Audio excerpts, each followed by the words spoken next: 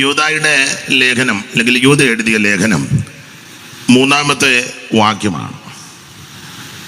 വളരെ പരിചിതമായ തിരുവെടുത്താണ്.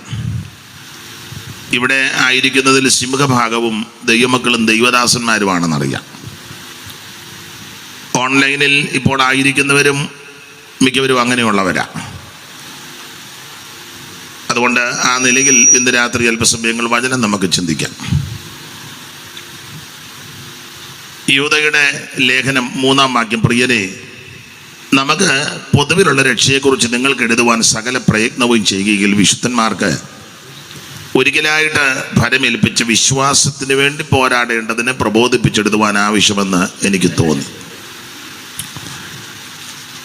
വേദപുസ്തകത്തിലെ 66 പുസ്തകത്തിൽ 65-ാമത്തെ പുസ്തകമാണ് യൂദയുടെ ലേഖനം. നമുക്കറിയാം, സത്യവേദ പുസ്തകം. ഇതിലെ പ്രതിപാദ്യ പുരുഷൻ നസ്രയനാകുന്ന യേശു ക്രിസ്തു. ഓരോ പുസ്തകത്തിലും ഓരോ അധ്യായത്തിലും ഓരോ താളിലും ഒളിഞ്ഞും തെളിഞ്ഞും പരിലസിക്കുന്ന വ്യക്തിപ്രഭാവം മറ്റാരുമല്ല, നസ്രയനാകുന്ന യേശു ക്രിസ്തു. ആ കർത്താവിനെ കരമുയർത്തി ഒന്ന് മഹത്വപ്പെടുത്താം. ജീവനെ എൻ ജീവനെ നമോ നമോ, ജീവനെ എൻ ജീവനെ നമോ നമോ, പാപികൾക്കമിതാനന്ദപ്രദന കൃപാകര നീ വാനോർ വാഴ്ത്തുനായക, ഞങ്ങളിൽ വാനോർ വാഴ്ത്തുനായക. പിണങ്ങാതിരിക്കാമെങ്കിൽ ഒരു കാര്യം പറയാം, പിണങ്ങിയാലും കുഴപ്പമില്ല. അതിവിടെ നല്ല എല്ലായിടത്തും പറയും. നമ്മൾ പാട്ട് പാടുമ്പം എൻ്റെ സ്വരവും നല്ലതല്ല, ശബ്ദവും അത്ര നല്ലതല്ല, നിങ്ങൾക്ക് അത് മനസ്സിലാകുന്ന കാര്യമാണ്. പക്ഷേ മിക്ക ഇടങ്ങളിലും ചെല്ലുമ്പോൾ ഈ പാട്ടിൻ്റെ വരിയും പാട്ടിൻ്റെ പദമൊന്നും ആർക്കും മനസ്സിലാകുന്നില്ല. വാദ്യ ഉപകരണങ്ങളുടെ ശബ്ദമാണ് നിൽക്കുന്നത്. വാദ്യോപകരണങ്ങളെല്ലാം വേണം, സകല വാദ്യ ഉപകരണങ്ങളും കൊണ്ട് വേണം ദൈവത്തെ മഹത്വപ്പെടുത്താൻ. അത് വളരെ നല്ലതാണ്. നമുക്ക് കുറച്ച് പേർക്ക് ചില പാട്ടറിയാവുന്നത് കൊണ്ട് ഇന്ന പാട്ടാന്ന് നമുക്കറിയാം. നമ്മൾ മൂളുകയും ഞരങ്ങുകയും ചുണ്ടനക്കുകയും കിറി അനക്കുകയൊക്കെ ചെയ്യും. അത്രേ ഉള്ളൂ നമ്മളെ കൊണ്ടും. അത് അങ്ങനെ ഉള്ളൂ, അല്ല, വിട്ടു പാടുകയില്ല. എന്നാൽ ആദ്യമായിട്ടും ഇതൊന്നും അറിയാത്ത ആൾക്കാർ എന്തുവാ നിങ്ങൾ ഈ പാടുന്നെന്ന് അതുങ്ങൾ ചിന്തിക്കുക. കാരണം ഒന്നും കേൾക്കുന്നില്ല, കേൾപ്പിക്കുന്നില്ല. ഏത് പാട്ടാന്നോ, അതിൻ്റെ വരി എന്നാന്നോ, പദം എന്നതാന്നോ, ഏതോ അതിൻ്റെ പ്രയോഗം, ഇതൊന്നും നമുക്ക് പിന്നെ ഇത് കേൾക്കുകയും വേണ്ടല്ലോ. പിള്ളേരുടെ ഭാഷ പറഞ്ഞ ഓളവ, അത് നല്ലതല്ല. ഈ പാട്ടിനകത്ത് തിരുവചനമായിരിക്കണം. നിങ്ങൾക്ക് അറിവുള്ള വാക്യമായെങ്കിലും ഒന്ന് വായിക്കുന്നത് ഉചിതമായിരിക്കും. നിങ്ങൾക്ക് എല്ലാം അറിയാമെന്ന് എനിക്കറിയാം, എന്നാലും സന്ദർഭം വന്നുകൊണ്ട് ഒന്ന് വായിച്ചു തരും. ആവർത്തന പുസ്തകം 32-ാം അധ്യായത്തിൻ്റെ 31-ാം അധ്യായത്തിൻ്റെ 30 വായിച്ചു. 31-ന്റെ 30. അങ്ങനെ മോശ ഇസ്രായേലിന്റെ സർവ്വസഭയെയും ഈ പാട്ടിന്റെ വചനങ്ങളൊക്കെയും ചൊല്ലി കേൾപ്പിച്ചു. അപ്പം പാട്ടിന്റെ വചനങ്ങൾ, പാട്ടിനകത്ത് വചനം വേണം. വചനമില്ലാത്ത പാട്ട് പാടരുത്. ഏത് പാട്ടും വചനപ്രകാരമാണ്. ജമൽസനൊക്കെ പഴയ പാട്ട് പാടുന്നവർ, അതുകൊണ്ട് അഭിനന്ദിക്കുന്നു. പഴയ പാട്ടിനകത്ത് പുതിയ പാട്ടെല്ലാം മോശമാണെന്നല്ല, എന്നാലും അത്ര പോരാ. ഉപ്പോളമൊക്കെ ഉപ്പിലിട്ടെന്ന് ചോദിച്ച പോലെ പഴയ പാട്ട് ഒന്ന് പാടിക്ക് അന്തരീക്ഷം മാറും. അതിൻ്റെയൊക്കെ കാര്യം മറ്റൊന്നുമല്ല, എല്ലാം വചനത്തിൻ്റെ അടിസ്ഥാനത്തിലാണ്. ഒന്നുകൂടെ വാക്യം വായിച്ചു മോനിസി പാസ്റ്ററെ. അങ്ങനെ മോശ ഇസ്രായേലിന്റെ സർവ്വസഭയെയും ഈ പാട്ടിന്റെ വചനങ്ങളൊക്കെയും ചൊല്ലി കേൾപ്പിച്ചു. അപ്പോൾ പാട്ടിന്റെ വചനങ്ങൾ, പാട്ടിനകത്ത് ദൈവവചനം ഉണ്ടായിരിക്കണം. ദൈവവചനം അടിസ്ഥാനമില്ലാത്ത ഒറ്റപ്പാട്ടും ആത്മീക വേദികളിൽ നമ്മൾ പാടരുത്, ഞാൻ സഹിതം. അപ്പം അത് കേൾക്കണം, വചനം ഉണ്ടോ എന്നറിയണം. അതുകൊണ്ടാണ് ഇത് ക്ലിയർ ആക്കണമെന്ന് പറയുന്നത്.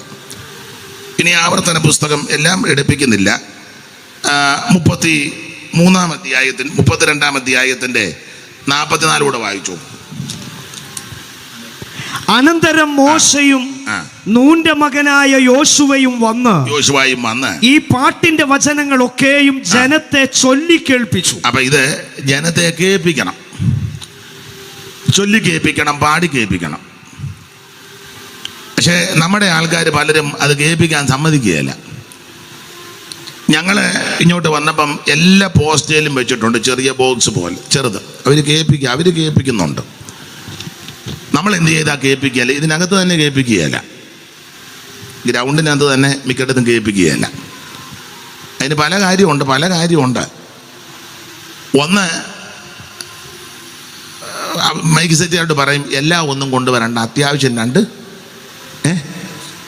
ഇവിടെ പറഞ്ഞ നല്ലി പറഞ്ഞത് 2 എണ്ണം മതി. ഒന്ന് അങ്ങോട്ടും ഒന്ന് ഇങ്ങോട്ടും. അതിൽ അങ്ങോട്ടുള്ളത് കേൾക്കുകയും ചെയ്യും, ഇങ്ങോട്ടുള്ളത് കേൾക്കുകയില്ല. അവരുടെയും കുഴപ്പമില്ല. എന്നാൽ മറ്റുള്ളവരെ നിങ്ങൾ ശ്രദ്ധിച്ചേ.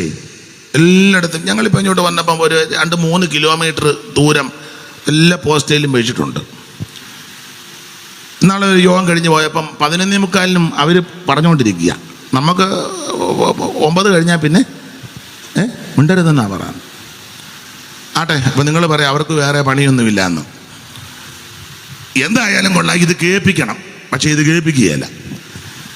അപ്പോൾ പാട്ടിൻ്റെ വചനങ്ങളെന്നാ, ഇതിനകത്ത് വചനം ഉണ്ടായിരിക്കണം. വചനമുള്ള പാട്ടേ പാടാവൂ. അത് കേൾക്കുകയും ചെയ്യണം, കേൾപ്പിക്കുകയും ചെയ്യണം. ഇത് പറഞ്ഞെന്തോ നിങ്ങളുടെ പറ്റിയല്ല, നിങ്ങളത് ചെയ്യണം. എന്നാലും ഇത് എല്ലാം ഇച്ചിരി താത്ത് നിർത്തി, സ്വരവും ട്യൂണും ഒന്നുമില്ലെങ്കിലും അതെന്തുവാന്ന് അറിയണം. ഇനി നമുക്കൊന്നുകൂടെ ഒന്ന് പാടാം. അതിന് ജീവനെ ജീവനെ നമോ നമോ, ജീവനെ ജീവനെ നമോ നമോ, പാപികൾക്ക് നിദാനന്ദ പ്രദന കൃപാകര, നീ വാവാനോ വാഴ്ത്തുനായക, ഞങ്ങളിൽ വാവാനോ വാഴ്ത്തുനായക.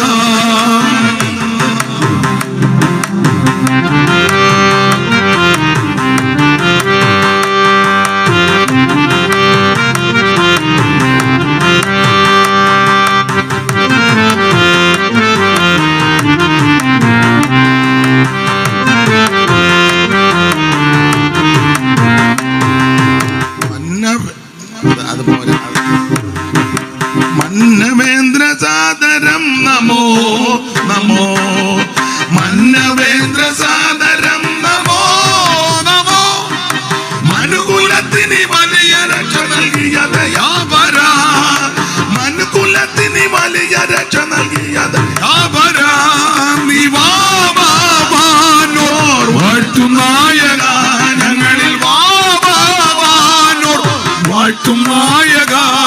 ഓ ജീവനെ ജീവനെ നമോ നമോ, ജീവനെ ജീവനെ നമോ നമോ, പാപികൾക്ക് നിദാനന്ദ പ്രദനാം കൃപാകര, പാപികൾക്ക് നിദാനന്ദ പ്രദനാം കൃപാകര, വാവാനോർ വാഴ്ത്തുനായക, ഞങ്ങളിൽ വാവാനോർ വാഴ്ത്തുനായക. മന്നവേന്ദ്ര സാദരം നമോ നമോ, മന്നവേന്ദ്ര സാദരം നമോ നമോ, മനുകുലത്തിന് വലിയ രക്ഷ നൽകിയ ദയാപര, മനുകുലത്തിന് വലിയ രക്ഷ നൽകിയ ദയാപര, നീ വാവാനോർ വാഴ്ത്തുനായക, ഞങ്ങളിൽ വാവാനോർ വാഴ്ത്തുനായക. ജീവനെ നമോ നമോ, ജീവനെ ജീവനെ നമോ നമോ, പാപികൾക്ക് നിദാനന്ദ പ്രദനാം കൃപാകര, പാപികൾക്ക് നിദാനന്ദ പ്രദനാം കൃപാകര, വാവാനോർ വാഴ്ത്തുനായക, ഞങ്ങളിൽ വാവാനോർ വാഴ്ത്തുനായക. കരമുയർത്തി ദൈവത്തിന് മഹത്വം കരയല്ല. എല്ലാ കർത്തൃദാസന്മാരെയും ദൈവമക്കളെ ഓർത്ത് ദൈവത്തെ സ്തുതിക്കുന്നു. എല്ലാവർക്കും ഒരിക്കൽ കൂടി വന്ദനവും നന്ദിയും ചൊല്ലുന്നു. അപ്പോൾ വേദപുസ്തകത്തിലെ 65-ാമത്തെ പുസ്തകമാണ് യൂദയുടെ ലേഖനം. ഞാൻ എപ്പോഴും പറയും 21 ലേഖനം, അതിലെ 14 ലേഖനം പൗലോസ് എഴുതി, 7 സഭയ്ക്ക് 9 ലേഖനം പൗലോസ് എഴുതി, ഇഷ്ടമുള്ള ലേഖനം യൂദയുടെ 1 ലേഖനം, പത്രോസിന്റെ 2 ലേഖനം, യോഹന്നാന്റെ 3 ലേഖനം, യാക്കോബിന്റെ 1 ലേഖനം. ഇന്ന് രാത്രി യൂദയുടെ ലേഖനം 3-ാം വാക്യമാണ് വായിച്ചത്. വളരെ പരിചിതമായ വാക്യമാണ്.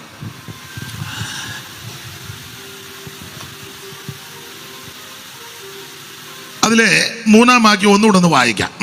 പ്രിയരെ, നമുക്ക് പൊതുവിലുള്ള രക്ഷയെക്കുറിച്ച് നിങ്ങൾക്ക് എഴുതുവാൻ സകല പ്രയത്നവും ചെയ്യുകയിൽ വിശുദ്ധന്മാർക്ക് ഒരിക്കലായിട്ട് വരമേൽപ്പിച്ചിരിക്കുന്ന വിശ്വാസത്തിനു വേണ്ടി പോരാടേണ്ടതിന് പ്രബോധിപ്പിച്ചെഴുതുവാൻ ആവശ്യമെന്ന് എനിക്ക് തോന്നി. അപ്പൊ ശ്രദ്ധിക്കുക, ഞാൻ സാധാരണ പറയാറുണ്ട്, നിങ്ങൾക്കും അറിയാം, ഒരു ചെറിയ ലേഖനമാണ് യൂദയുടെ ലേഖനം. ഞാൻ തുടക്കത്തിലെ ഓർപ്പിച്ചുള്ള എല്ലാ ലേഖനത്തിലും എല്ലാ പുസ്തകത്തിലും ഒളിഞ്ഞും തെളിഞ്ഞും പ്രത്യക്ഷമായിട്ടും പരോക്ഷമായിട്ടും പരിലസിക്കുന്ന ഒരേ ഒരു വ്യക്തി പ്രഭാവമാണ്, അത് നസറയനാകുന്ന യേശു ക്രിസ്തു. മനുഷ്യവർഗത്തിന്റെ പാപത്തിന് പരിഹാരം വരുത്തുവാൻ സ്വർഗമഹിമകൾ വെടിഞ്ഞ് ഇഹലോകത്തിൽ ഇറങ്ങി വന്ന നസറയനാകുന്ന യേശു ക്രിസ്തു.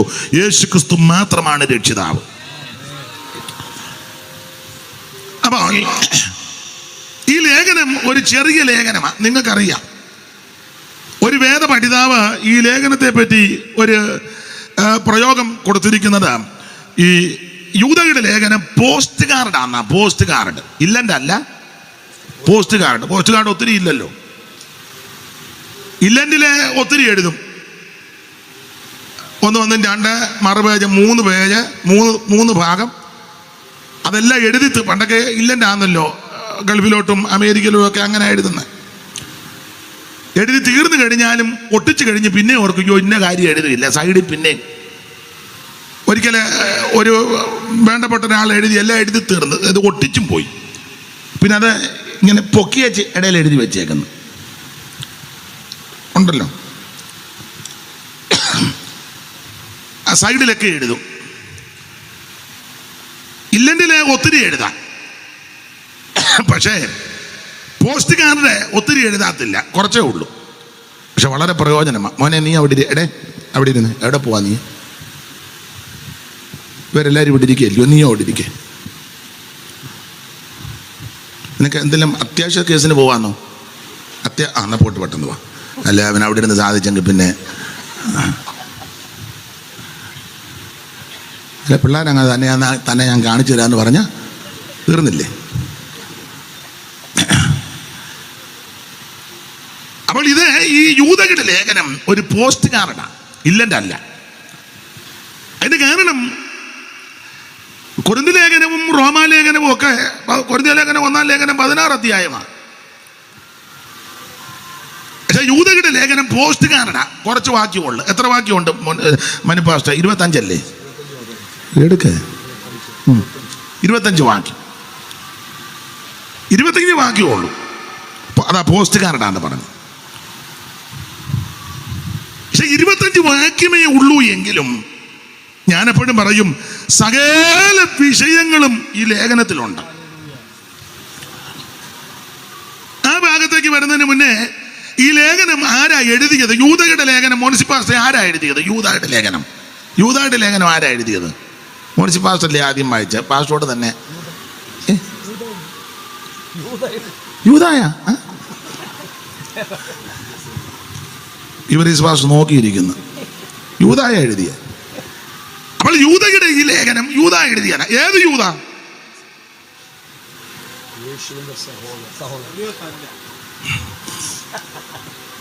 ഒന്നാം വാക്യം വായിച്ചേ, മൈക്കിൽ കൂടെ വായിച്ചോ.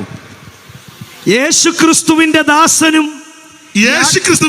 ദാസനും യാക്കോബിന്റെ സഹോദരനുമായ യൂദ. അപ്പൊ ഈ യൂദ ഏതാ? തമ്പിച്ചായൻ പറഞ്ഞു ഇസ്കറിയോത്ത് അല്ലെന്ന്. യേശുക്രിസ്തുവിന്റെ സഹോദരൻ അങ്ങനെ. യേശുക്രിസ്തുവിന്റെ അവിടെ യേശുക്രിസ്തുവിന്റെ ദാസൻ എന്നാ എഴുതിയേക്കുന്നത്. ഒന്നുകൂടെ വായിച്ചു ക്ലിയർ ആക്കാൻ. യേശുക്രിസ്തുവിന്റെ ദാസനും യാക്കോബിന്റെ സഹോദരനുമായ യൂദ. അതിന് യാക്കോബിന്റെ സഹോദരൻ യൂദ എന്ന് കൊടുത്തേക്കുന്നേ. യാക്കോബിന്റെ സഹോദരൻ യൂദ. അതിന് കാരണം ഈ വേദപുസ്തകത്തിൽ പല യൂദായുണ്ട്. പല യൂദായുണ്ട്. നമ്മുടെ സഭകളിലുമുണ്ട് പല യൂദ. പറയുമൊന്നും വേണ്ട, കയ്യും പൊക്കണ്ട, അങ്ങോട്ടും ഇങ്ങോട്ടും നോക്കണ്ട. നോക്കുമ്പോൾ എനിക്ക് ഡൗട്ട് അടിക്കും. ഇപ്പം ഇരിക്കുന്നത് പോലെ ഇരുന്നാൽ മതി. പാസ്റ്റർ അവൻ്റെ കാര്യമാണ് പറഞ്ഞത്. അതൊക്കെ അവനും അറിയാം, എനിക്കും അറിയാം, അടുത്ത് അറിയാവുന്നവർക്കും അറിയാം. അപ്പൊ പല യൂദായുണ്ട് ഈ വേദപുസ്തകത്തിൽ. ഇവിടെ ക്ലിയർ ആക്കണം. കാരണം യാക്കോബിന്റെ സഹോദരനായ യൂദ, അത് പറയാൻ കാര്യം, വേദപുസ്തകം പഠിക്കുമ്പോൾ പുതിയ നിയമത്തിൽ യാക്കോബിന്റെ മകനായ യൂദ എന്നൊരു വാക്യമുണ്ട്. യാക്കോബിന്റെ മകനായ യൂദ. അപ്പൊ അതുകൊണ്ടാണ് ഇവിടെ ക്ലിയർ ആക്കിയത് യാക്കോബിന്റെ സഹോദരൻ യൂദ. കർത്താവ് തന്റെ ശിഷ്യവൃന്ദങ്ങളോട് പറഞ്ഞു, സ്വർഗാരോഹണത്തിന് മുമ്പ് അവരെ കൂട്ടിക്കൊണ്ട് ബെഥാന്യോളം ചെന്ന് അന്ത്യകൽപ്പന കൊടുത്തു. അറിയാമല്ലോ, മത്തായി 28, മർക്കോസ് 16, ലൂക്കോസ് 24, അപ്പോസ്തല പ്രവൃത്തി 1-ാം അധ്യായത്തിന്റെ 5 മുതൽ താഴോട്ടൊക്കെ പഠിക്കുമ്പോൾ ദൈവത്തിന്റെ മഹത്വം അങ്ങനെ നമ്മൾ പഠിക്കുന്നുണ്ട്. അന്ത്യകൽപ്പന കൊടുത്തു. അപ്പോൾ അന്ത്യകൽപ്പന കൊടുത്തേച്ച് പറഞ്ഞു, നിങ്ങൾ എന്നോട് കേട്ട പിതാവിന്റെ വാഗ്ദത്തത്തിനായി നിങ്ങളുടെ കാത്തിരിക്കണം, യെരൂശലേം വിട്ടൊന്നും പോകരുത്. ഞാൻ പറയാനുണ്ട്, അങ്ങനെ പോകരുത് എന്ന് പറഞ്ഞു. പക്ഷെ കാത്തിരിക്കാൻ എത്ര പേരുണ്ടായിരുന്നു? 120. യേശു പ്രത്യക്ഷപ്പെട്ടതിനെ പറ്റി പറഞ്ഞ 500-ലധികം പേർക്ക് ഒരുമിച്ച് പ്രത്യക്ഷനായെന്ന. 500-ലധികം പേർക്ക് പ്രത്യക്ഷത ഉണ്ടെങ്കിലും പക്ഷെ കാത്തിരിക്കാൻ അങ്ങനെ സെന്ററിന്റെ കമ്മിറ്റിക്ക് എല്ലാവരും വരും, പക്ഷെ കാത്തിരിപ്പിന് എല്ലാവരും വരികയല്ല. കമ്മിറ്റി ഉണ്ടെന്ന് പറഞ്ഞാൽ നടക്കാൻ മേലാത്ത വല്യപ്പനും മടിയും കുത്തി വരും. ഇവിടുത്തെ കാര്യമല്ല, അല്ല എല്ലായിടത്തും കാര്യം അങ്ങനെ. ഇവിടുത്തെ ഇപ്പം മിക്കടത്തും അങ്ങനെ. കമ്മിറ്റി ഉണ്ട്, പൊതുയോഗം ഉണ്ടെന്നൊക്കെ പറഞ്ഞ ആൾ തെരഞ്ഞെടുപ്പുണ്ട്, അത് പറഞ്ഞാൽ പിന്നെ പറയുകയും വേണ്ട. ചാകുന്നതിന് പിന്നെ ഒരു പോസ്റ്റ് കിട്ടിയാൽ എന്നെ കഴിക്കുമോ? ഒട്ടുമിക്ക ആൾക്കാരും വരും. അപ്പം പക്ഷെ കാത്തിരിപ്പിന് എല്ലാവരും കാണുകയല്ല. അല്ല, പണ്ട് ഉണ്ണിച്ചായം പറഞ്ഞ കാര്യം കടമെടുത്ത് പറയുക, കമ്മിറ്റി കാത്തിരിപ്പിനും വരികയില്ല, കാത്തിരിപ്പ് കമ്മിറ്റിക്കും വരികയില്ലെന്ന് ഞാൻ പറഞ്ഞതല്ല. കർത്താവിൽ നിന്ന് പ്രാപിച്ച KM ജോസഫ് അവറുകൾ പറഞ്ഞതാ, എൻ്റെ ഒങ്ങായിക്ക് പിടിക്കരുത്. അപ്പോൾ 500-ലധികം പേർക്ക് ഒരുമിച്ച് പ്രത്യക്ഷനായി, പക്ഷെ കാത്തിരിക്കാൻ 120 പേരേ ഉള്ളൂ. എല്ലായിടത്തും ഇതൊക്കെ തന്നെ.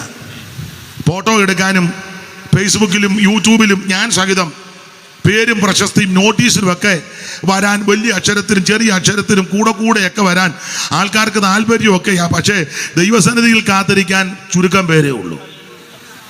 പക്ഷെ അവരെ കൊണ്ടാ ദൈവം ചിലത് ചെയ്യിപ്പിക്കുന്നത്. അപ്പോൾ 120 പേര് കൂടുന്ന സംഘം, അങ്ങനെ കൂടിയിരുന്ന ആ കൂട്ടത്തിൽ യാക്കോബിന്റെ മകനായ യൂദ എന്നൊരു പദമുണ്ട്. 13-ാം വാക്യം വായിച്ചോ മോനിസി പാസ്റ്റർ, 1-ാം അധ്യായത്തിന്റെ 13-ാം വാക്യം. അവിടെ എത്തിയപ്പോൾ അവർ പാർത്ത മാളിക മുറിയിൽ കയറി പത്രോസ്, യോഹന്നാൻ, പിന്നെ യാക്കോബ്, അന്ത്രയോസ്, ഫിലിപ്പോസ്, തോമസ്, ബർത്തലോമായി, മത്തായി, അൽഫായിയുടെ മകനായ യാക്കോബ്, യാക്കോബും യാക്കോബിൻ പ്രാതാവാകും. അത് വേറൊരു ചൊല്ല. ഇവിടെ അൽഫായിയുടെ മകനായ യാക്കോബ്, പിന്നെ എരിവുകാരനായ ശിമോൻ, പിന്നെ യാക്കോബിന്റെ മകനായ യൂദ. അതാ അപ്പറെ ക്ലിയർ ആക്കിയത്. ഇവിടെ വായിക്കുന്നത് യാക്കോബിന്റെ മകനായ യൂദ. അതുകൊണ്ടാണ് യൂദ ലേഖനം എഴുതിയപ്പോൾ എഴുതി യാക്കോബിന്റെ സഹോദരന. അതിനാ ചിലക്ക് അപ്പനെയും മോനെയും കണ്ടാ അറിയാൻ മേല. അങ്ങനെയുള്ള അപ്പനേതാ അമ്മയാണ്, അപ്പനെ കയറി അളിയാന്ന് വിളിക്കുന്ന പിള്ളേരുണ്ട്. ഇപ്പോഴത്തെ പിള്ളേർ ചിലരങ്ങനെ. അപ്പന്മാരും കേൾക്കും, എന്തുകൊണ്ട് അളിയാ തിരിച്ച്? അപ്പനേതാ, അളിയനേതാ, അമ്മയേതാ, ചേട്ടത്തി അമ്മയേതാ? മൂത്ത സ്ത്രീകളോട് എങ്ങനെ ഇടപെടണം, ഇളയ സ്ത്രീകളോട് എങ്ങനെ ഇടപെടണം, പ്രായമുള്ളവരോട് എങ്ങനെ ഇടപെടണം, പിതാക്കന്മാരോട് എങ്ങനെ ഇടപെടണം, സഭയിൽ സീനിയറായ കർത്തൃദാസന്മാരോട് എങ്ങനെ ഇടപെടണം, ഇതൊന്നും അറിയത്തില്ല ചിലർക്ക്. എൻ്റെ അമ്മ കൂടെ പറയുമായിരുന്നു. അമ്മ മരിച്ചു പോയെങ്കിലും അമ്മ പറഞ്ഞ ചില കാര്യമൊക്കെ നല്ല കണക്കിനുള്ള കാര്യമാണ്. അപ്പം അമ്മ, നിങ്ങളുടെ അമ്മയും പറഞ്ഞിട്ടുണ്ട്, എൻ്റെ അമ്മ പറഞ്ഞിട്ടുണ്ട്, എടാ തെങ്ങിനും കമങ്ങിനും ഒരു തളാപ്പുമായിട്ട് നടക്കരുതെന്ന്. ഞാനത് എപ്പോഴും ഓർക്കും. തെങ്ങൽപ്പം കൂടെ വണ്ണമുള്ളതാണ്, കമുകിന് അത്രയും വണ്ണമില്ല. തെങ്ങ കയറുന്ന തളാപ്പുമായിട്ട് കമുക കയറി അവസാനം താഴോട്ട് വരുമ്പോൾ നെഞ്ചു വരെയും. വളരെ സൂക്ഷിച്ചു വേണം ഓരോരുത്തരോട് ഇടപെടാൻ. വിഷയം വേറെയാണെങ്കിലും പദം നല്ലതാ. ഓരോരുത്തരും താൻ്റെ നിരയിലത്രയും. അപ്പൊ ചെറുക്ക് അപ്പനേതാ, അമ്മയേതാ, ചേട്ടനേതാ ഒന്നും അറിയത്തില്ല. സഭയിൽ പ്രായമുള്ള പിതാക്കന്മാർ കാണും, പ്രായമുള്ള അമ്മമാർ കാണും. അവരോട് ആ രീതിയിൽ ഇടപെടണം, ബഹുമാനിക്കണം. ഞാൻ ഞങ്ങളുടെ സഭയിലൊക്കെ പറയും, പ്രായമുള്ള ഒരാൾ ഭക്ഷണം കഴിക്കാൻ വന്നാൽ അവരോട് പറയണം, അപ്പച്ചൻ അവിടെ ഇരിക്കുക, അല്ലെ അമ്മച്ചി അവിടെ ഇരിക്കുക, എടുത്തു കൊണ്ട് തരാം. ഇത് അവരെ തട്ടിയിട്ടാച്ചാണ് നമ്മൾ പോയിരുന്ന് കഴിക്കുന്നത്. നമുക്ക് സമയമില്ലല്ലോ. എന്നെ എല്ലാവരും ഇങ്ങനെ പമ്മിയിരിക്കുന്നേ. അവിടെ ഇരിക്കും, കൊണ്ടുതരാം. എന്തുവാ വേണ്ടത്? കൊണ്ടുതരാം. ശുശ്രൂഷിക്കണം, അതാ ശുശ്രൂഷ എന്ന് എല്ലാവരും നോക്കുന്നത് സ്റ്റേജിൽ കയറി പ്രസംഗിക്കുന്ന മാത്രമാണോ? ശുശ്രൂഷയാ, പക്ഷേ അതിലും വലിയ ശുശ്രൂഷയാണ്. അവരുടെ ഹൃദയം ഒന്ന് തണുക്കും, അത് നിനക്ക് ഗുണമാവും. മനസ്സിലായോ? അത് ഇടയ്ക്ക് കയറി പറഞ്ഞതേ ഉള്ളൂ. പ്രായമുള്ളവരെയൊന്നും ബഹുമാനിക്കാത്ത കാലമാണ്. തന്നെയിൽ ഇപ്പോൾ സഭകളിലാണെങ്കിലും പ്രായമുള്ള ദൈവദാസന്മാരെ പോലും ഇപ്പോഴത്തെ ഞാൻ എന്നെയും കൂടെ പ്രതിയാക്കി ചെറുപ്പക്കാർക്കൊന്നും ഇഷ്ടം. നമ്മൾ ചോദിക്കുക, ഏതാ പറ്റ? ഏതാന്ന്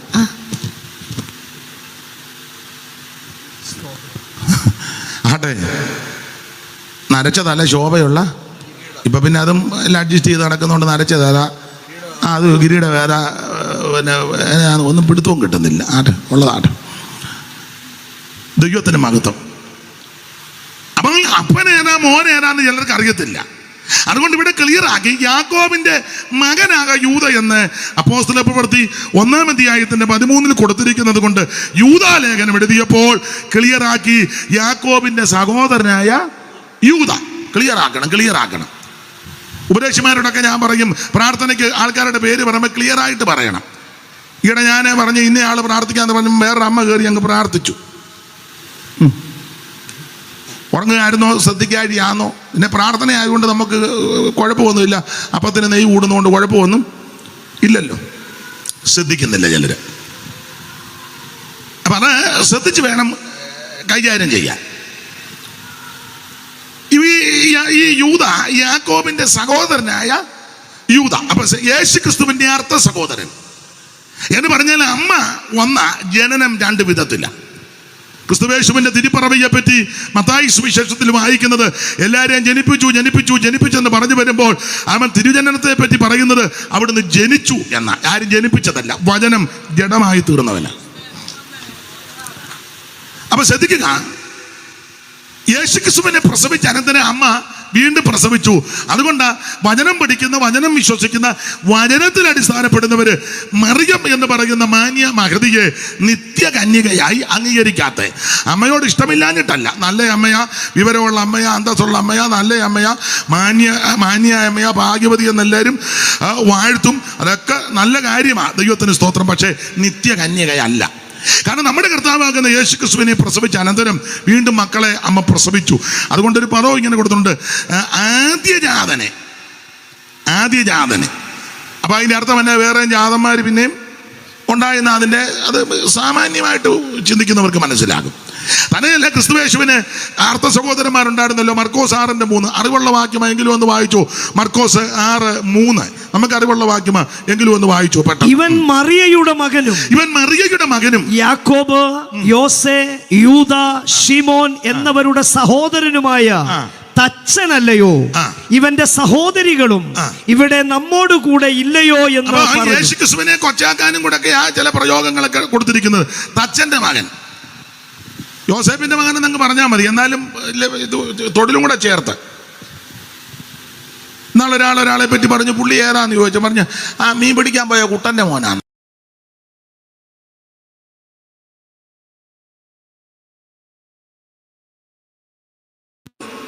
അറിയണം, അതിനാ പറഞ്ഞ മീൻ പിടിക്കുന്ന കുട്ടന്റെ മോനാണ്. മിണ്ടുന്നില്ലല്ലോ ആരും. അങ്ങനെ എൻ്റെ ഭാഷയാ, സൂക്കേടുള്ളവരുണ്ട്. പണ്ട് ഒരു ഓർഡിനേഷൻ ശുശ്രൂഷയിൽ എവിടാണെന്നൊന്നും ചോദിക്കരുത്, ഞാനും ഉണ്ട്. ഞങ്ങൾ സദസ്സിലിരിക്കുക. അപ്പോൾ അതിലെ പ്രധാനപ്പെട്ട ആള് ഇപ്പോൾ ഓർഡിനേഷൻ ലഭിക്കുന്ന ദൈവദാസന്മാരുടെ ശിരസിൽ കൈവച്ച് പേര് പറയുന്ന കർത്തൃദാസന്മാർ മുമ്പോട്ട് വന്ന് പ്രാർത്ഥിക്കും. ഞങ്ങളുമൊക്കെ ഇരിപ്പുണ്ട്. അപ്പോൾ ഓരോരുത്തരുടെ പേര് പറഞ്ഞു കൂട്ടത്തിൽ ഒരാളുടെ പേര് പറയാം. മുൻപ് പ്രസ്പെറ്ററിയിൽ ഉണ്ടായിരുന്നയാളും ഇപ്പോൾ പ്രസ്പെറ്ററി അല്ലാത്തയാളും കൂടെ മുമ്പോട്ട് അത്രയും പറയേണ്ട കാര്യമുണ്ടോ? അപ്പൊ അറിയാത്തവരോട് അറിയിച്ചു, പണ്ട് പുള്ളി മുൻപ് പ്രസ്പെറ്ററിൽ ഉണ്ടായിരുന്നു, ഇപ്പം നിങ്ങൾ എന്നെ ഇങ്ങനെ സൂക്ഷിച്ചു നോക്കുന്നേ. ക്ലിയർ ആക്കുക. ചിലത് ക്ലിയർ ആക്കുന്നത് മറ്റുള്ളവർക്ക് ബുദ്ധിമുട്ടുണ്ടാക്കരുത്. അപ്പം അദ്ദേഹം എന്നെ നോക്കി വെച്ച് പറഞ്ഞു, എന്നാ ചെയ്യാനെന്ന് വയ്യാവേലിയുടെ കാര്യം. അങ്ങനെ അത് പിന്നെ പറഞ്ഞത് വയ്യാവേലി, അന്നേരം പറഞ്ഞില്ല. പിന്നെ ആളൂടെ മുമ്പോട്ട് വന്ന് പ്രാർത്ഥിക്കും. ആ സദസ്സിൽ ആ സന്ദർഭത്തിൽ അദ്ദേഹം പറഞ്ഞാൽ മതി. അപ്പം വേറൊരു അടക്കത്തിന് അമ്പിച്ചാൻ അറിയാം, ഞാൻ പേര് പറയുന്നില്ല, അടക്കത്തിന് പറഞ്ഞു. അപ്പം അവിടുത്തെ സെൻട്രൽ പാസ്റ്ററിയെ വിളിച്ച് അടക്കേണ്ടത്. പക്ഷേ വീട്ടുകാർക്ക് താല്പര്യമില്ലായിരുന്നു, വിളിച്ചില്ല. വേറൊരാളെ വിളിച്ചു. അപ്പോൾ സെൻട്രൽ പാസ്റ്റർക്ക് ഇഷ്ടപ്പെട്ടില്ല. ഉടനെ അദ്ദേഹം പറഞ്ഞു, കർത്താവ്, ഞാൻ പേരൊക്കെ വ്യത്യാസപ്പെടുത്തിയാ പറയുന്നത്, അതൊന്നും അല്ല പേര്, സ്ഥലവും അതല്ല. പുള്ളി പറഞ്ഞു, കർത്താവിന് മഹത്വം ഉണ്ടാകട്ടെ, പ്രാർത്ഥിക്കാൻ കൊടുത്തപ്പം പ്രാർത്ഥിച്ചാൽ പോരെ. ഉടനെ പ്രാർത്ഥനയ്ക്ക് അകത്തൂടെ, കർത്താവേ, ഒരു പേര് ഞാൻ പറയാം, വാത്സല്യ ജോയിക്കുട്ടിയെ ഞാൻ ആയിരുന്നല്ലോ അടക്കേണ്ടത്, എന്തുകൊണ്ടോ എന്നെ അതിന് വിളിച്ചില്ല, ഇന്നയാളെ വിളിച്ചു, എന്താണെന്ന് ഞാൻ. അപ്പം നാട്ടുകാർ മുഴുവൻ അറിഞ്ഞു, ഇതാ ഇതിൻ്റെ ഗുരുക്കെന്ന്. ആരാന്ന് പേര് പറയണ്ട, വേണ്ടല്ലോ, അറിയാൻ തോന്നില്ലേ? എന്നാ വേണ്ട, മിണ്ടണ്ട. അങ്ങനെയുള്ള ധാരാളം ആൾക്കാരുണ്ട്. അപ്പൊ ഇത് ക്ലിയർ ആക്കുക. അപ്പൊ യേശുക്രിസ്തുവിന്റെ അർത്ഥസഹോദരനാകുന്ന യൂദ, ദൈവത്തിന്റെ മഹത്വം. ജനനം രണ്ട് വിധത്തിലാണ്. നമ്മുടെ കർത്താവ് കന്യാസുവിനുമായിട്ട് ഈ ഭൂമിയിൽ അവതരിച്ചു, വചനം ജഡമായി തീർന്നവനാണ്. കന്യകാസുതനായി ധരയിൽ വന്നുദിച്ച ധന്യമിമാനുവൽ ഇവൻ താനേ. കന്യകാസുതനായി ധരയിൽ വന്നുദിച്ച ധന്യമിമാനുവൽ ഇവൻ താനേ. ഇവനെ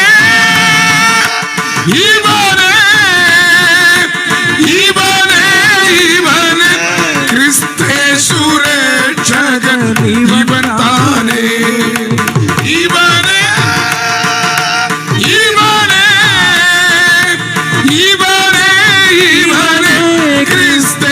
ക്രിസ്തേശുരക്ഷകൻ ഇവൻ താനേ.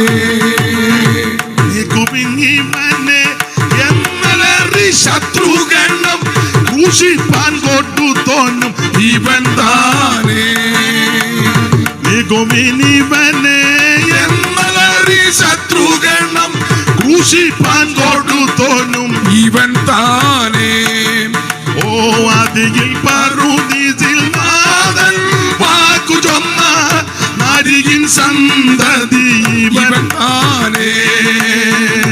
അതിൽ പറുദീസിൽ നാഥൻ വാക്കു ചൊന്ന നാരികിൻ സന്തതി ഇവൻ താനേ. കരമുയർത്തി കർത്താവിന് മഹത്വം കൊടുക്ക. അപ്പോൾ യേശുക്രിസ്തുവിനെ പ്രസവിച്ച അനന്തരം അമ്മയ്ക്ക് വീണ്ടും മക്കളുണ്ട്. അതുകൊണ്ട് ഇവൻ മറിയയുടെ മകനും, അങ്ങനല്ലേ, മറിയയുടെ മകനും. യാക്കോബ്, യോസെ, യൂദ, ശിമോൻ എന്നവരുടെ സഹോദരനുമായ തച്ചനല്ലയോ. അങ്ങനെ ചില പ്രയോഗങ്ങളുണ്ട്. ദൈവത്തിന് മഹത്വം. അറിയാത്തവരെയും കൂടെ ഒന്ന് അറിയിക്കണം. അങ്ങനെയൊക്കെ അസുഖമുള്ള ആൾക്കാരുണ്ട്.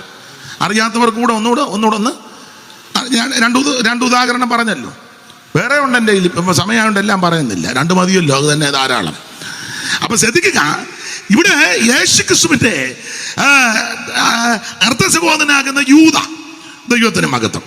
ഇനി ഈ യൂദായെ പറ്റി നമ്മൾ ഒരു വാക്ക് പഠിച്ചാൽ, യാക്കോബ്, യോസെ, യൂദ, ശിമോൻ കർത്താവിന്റെ അർത്ഥസഹോദരന്മാരാ. ഇവരാരും യേശു ശുശ്രൂഷകൾ ചെയ്ത സമയത്ത് യേശുവിൽ ശരിക്കും വിശ്വസിച്ചില്ലായിരുന്നു. വലിയ ന്യായമായ കാര്യം, ഒരു വീട്ടിലാണ് താമസിക്കുന്നത്. എൻ്റെ ഭാഷ പറഞ്ഞ ഒരു പാത്രത്തിലുണ്ട്, ഒരു പായി കിടന്നും ഒന്നിച്ച് കളിച്ചും ചിരിച്ചും സംസാരിച്ചും സഹവസിച്ചുമൊക്കെ ജീവിക്കുക. അതുകൊണ്ട് വലിയ വിശ്വാസമൊന്നുമില്ല. ഈ നാട്ടിലൊരു ചൊല്ലുണ്ടല്ലോ, കൊല്ലൻ്റെ ആലയെ കിടക്കുന്ന പട്ടിക്ക് തീപ്പരി കണ്ട ആദ്യമായിട്ട് കാണുന്ന പട്ടി പേടിക്കും, കുരയ്ക്ക് ഉടനെ കണ്ട് മാറും. നമ്മൾ പിന്നെ ഒത്തിരി നാളായതുകൊണ്ട് ഇതൊന്നും വലിയ, എത്രയോ തീപ്പരി കൊണ്ടേച്ചിരിക്കുന്നവരാ.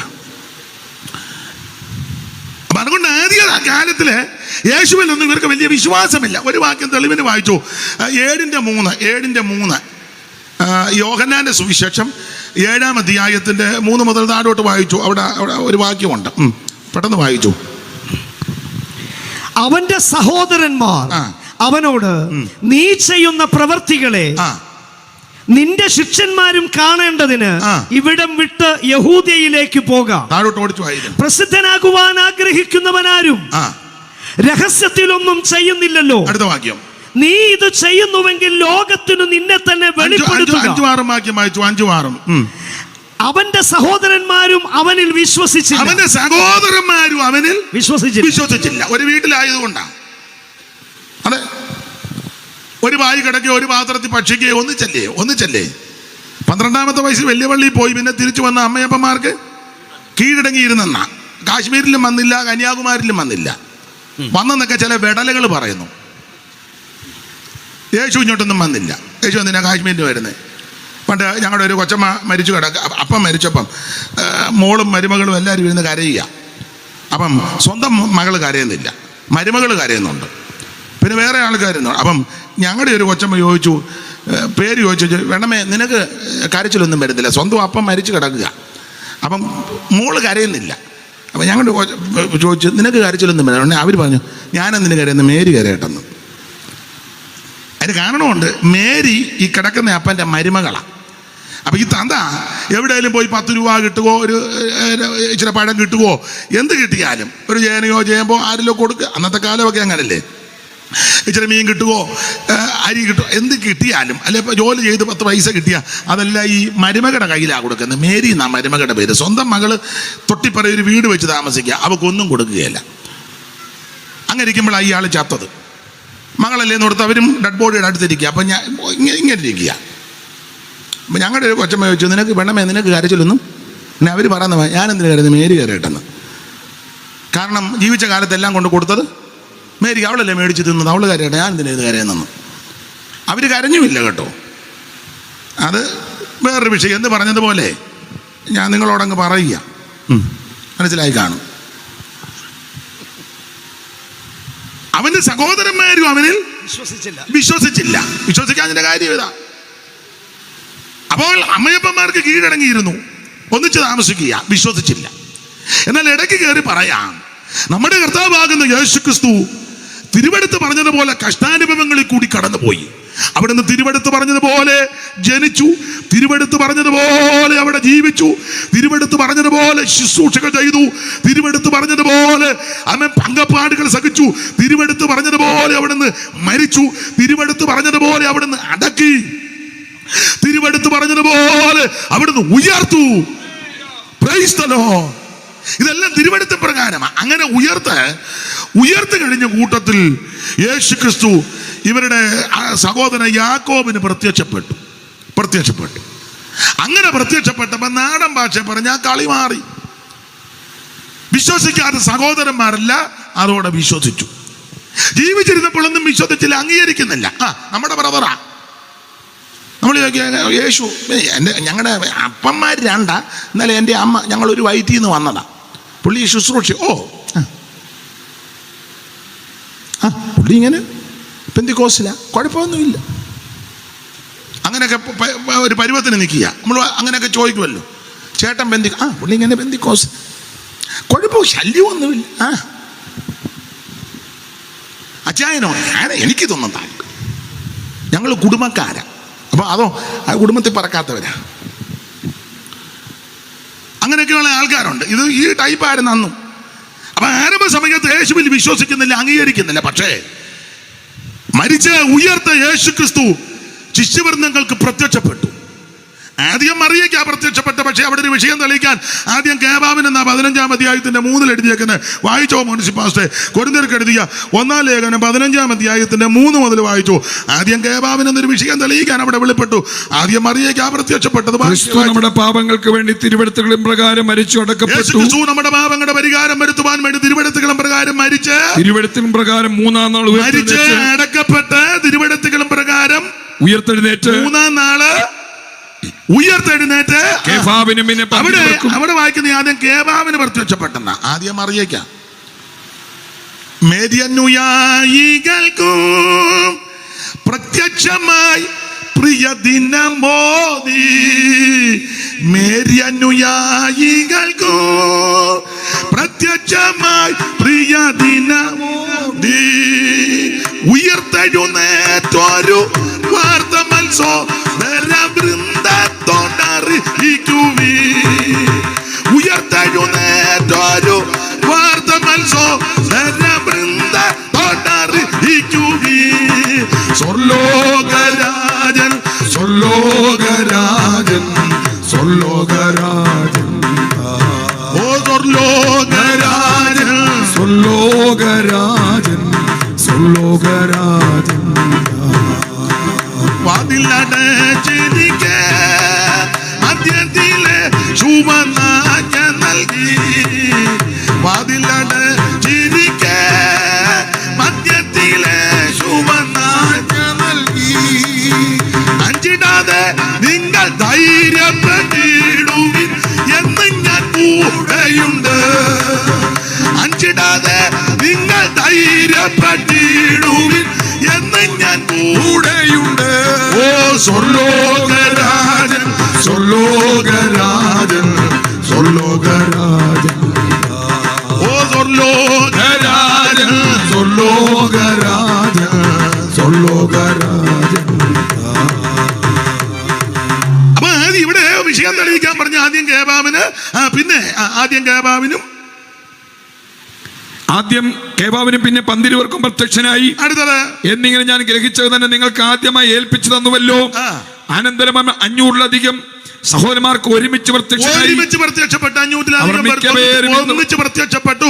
അവര് മിക്കപേരും ഇന്നുവരെ ജീവനോടിരിക്കുന്നു. ഈ ലേഖനം എടുക്കുന്ന സമയത്ത് ജീവനോടിരിക്കുന്നു. അടുത്തത് ചിലരോ നിദ്ര പ്രാപിച്ചിരിക്കുന്നു. അടുത്തത് അനന്തരം അവൻ യാക്കോബിനും പിന്നെ അപ്പോസ്തലന്മാർക്കും എല്ലാവർക്കും പ്രത്യക്ഷനായി. ഒടുവിൽ അകാല പ്രജ പോലുള്ള എനിക്കും പ്രത്യക്ഷനായി. പറഞ്ഞ് നിങ്ങൾ ശ്രദ്ധിച്ചോ, അവൻ പ്രത്യക്ഷപ്പെട്ട് യാക്കോബിനും പ്രത്യക്ഷപ്പെട്ടു. യാക്കോബിന് പ്രത്യക്ഷപ്പെട്ടപ്പോൾ എന്റെ ഭാഷയാ കളി മാറി. യാക്കോബ് ചെന്ന് യോസയോടും ശിമോനോടും യൂദയോടും പറഞ്ഞ്, കൊച്ചേട്ടാ നമ്മൾ ഉദ്ദേശിക്കുന്നത് പോലൊന്നുമല്ല, സ്തോത്രം, ആള് ദൈവമാണെന്ന് പറഞ്ഞു. സ്തോത്രം. ഇപ്പോഴും അങ്ങനെ ചിലരെയൊക്കെ ദൈവങ്ങളെന്ന് പറയുന്നുണ്ട്. ആരാ? തങ്കമ്മ, തങ്ക ദൈവം. തിരുവാതിക്കല്ലാണ് ദൈവം തങ്ക. ആർക്ക് പ്രത്യക്ഷപ്പെട്ടിട്ട്? ഞാൻ അവിടെ ഒരു യോഗത്തിന് പോയപ്പോൾ ചോദിച്ചു, എവിടാ പോകുന്ന യോഗത്തിന്? ഞാൻ പറഞ്ഞു ഇന്നത് വീട്ടില്ല. ഓ, ദൈവം തങ്കയുടെ വീട്ടില്ല. തള്ളയാത്ത് പോയി. കോട്ടയം ഉണ്ടായിരുന്നു ശാന്തമ്മ ദൈവം. ചെന്നാമറ്റത്ത് പുത്തങ്കണ്ടത്തിലെ കുഞ്ഞോർച്ചാൻ്റെ വീടിനടുത്താണ് ശാന്തമ്മ. പേര് പോലും ഒരു സുഖമില്ല, ശാന്തമ്മ. തിരുവനന്തപുരത്ത് ഇഷ്ടം പോലെ പെണ്ണുങ്ങളെല്ലാം ദൈവം കളിക്കുക, കൊള്ളാം. താറമാച്ച് നിന്നങ്ങ് ദൈവം കളിക്കുക.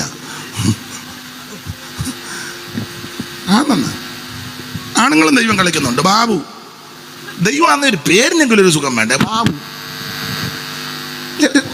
ഇല്ലേ? അങ്ങനല്ലേ?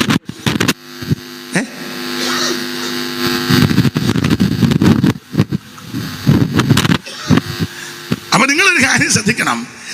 നമ്മുടെ കർത്താവാകുന്ന ക്രിസ്തുയേശു പ്രത്യക്ഷപ്പെട്ട് യാക്കോബിന് പ്രത്യക്ഷപ്പെട്ടപ്പോ കളി മാറി. യാക്കോബ് ചെന്ന് പറഞ്ഞു, നമ്മൾ ഉദ്ദേശിക്കുന്നത് പോലല്ല, നമ്മുടെ അമ്മ പ്രസവിച്ച നമ്മുടെ സഹോദരൻ യേശു ക്രിസ്തു ദൈവമാ. ഞാനൊരു കാര്യം നിങ്ങളോട് പറയാം, എല്ലായിടത്തും ഞാൻ പറയുന്ന കാര്യം ഒന്നുകൂടെ പറയാം. ഇവിടെ കിടന്ന് മസിലും പിടിക്കണ്ട, ഇവിടെ കിടന്ന് ബഹളം ഉണ്ടാക്കണ്ട, ഒന്നും ചെയ്യണ്ട. നിന്റെ അയലത്തുള്ളവന് യേശു പ്രത്യക്ഷപ്പെടാനൊന്ന് പ്രാർത്ഥിര്. മസിൽ പിടുത്തം ഒന്നും വേണ്ട. ഞാൻ എല്ലാ ഇടങ്ങളിലും പറയാം, നമ്മൾ എന്തിനെ കിടന്ന് മസിൽ പിടിക്കുന്നത്?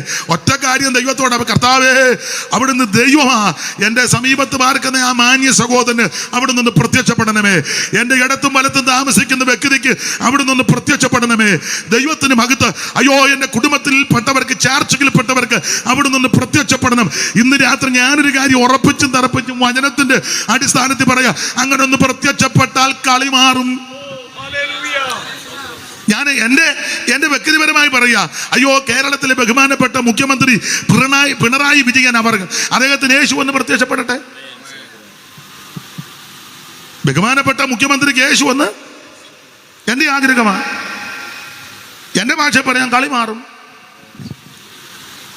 ഇന്ത്യയുടെ ബഹുമാനപ്പെട്ട പ്രധാനമന്ത്രി അവർകൾ നരേന്ദ്രമോദി, അദ്ദേഹത്തിന് യേശു എന്ന് പ്രത്യക്ഷപ്പെടട്ടെ. സുപ്രീം കോടതി ചീഫ് ജസ്റ്റിസിന് യേശു എന്ന് പ്രത്യക്ഷപ്പെടട്ടെ. MLA മാർക്കും MP മാർക്കും ഭരണാധികാരികൾക്കും ഒക്കെ യേശു എന്ന് പ്രത്യക്ഷപ്പെടട്ടെ. ഹൈന്ദവ സ്നേഹിതൻ അദ്ദേഹത്തിന് യേശു പ്രത്യക്ഷപ്പെടട്ടെ. മുസ്ലിം സഹോദരങ്ങൾ യേശു എന്ന് പ്രത്യക്ഷപ്പെടട്ടെ. അയ്യോ നിരീശ്വരവാദി കാണും, അങ്ങനെയുള്ളവരുമുണ്ട്. അയ്യോ ഇല്ലെന്ന് അങ്ങനെ പറയട്ടെ, പക്ഷെ യേശു എന്ന് പ്രത്യക്ഷപ്പെടട്ടെ. സ്ഥിതി മാറും. നമ്മൾ ഒത്തിരി മസിലൊന്നും പിടിക്കണ്ട. ഇത് നമ്മളെ എന്ത് മസിൽ പിടുത്തം വന്നറിയോ? സ്തോത്രം. അതിനതെല്ലാം ചിലർ കുറുക്ക് വഴിയൊക്കെ കണ്ടുപിടിച്ചിട്ടുണ്ട്. കുറുക്ക് വഴി അതെല്ലാം ഇപ്പം മൈക്ക് കൂടെ പറയാനൊക്കത്തില്ല. കുറുക്ക് വഴി. അയ്യോ ആത്മാർത്ഥമായിട്ടൊന്ന് പ്രാർത്ഥിച്ചാൽ മതി.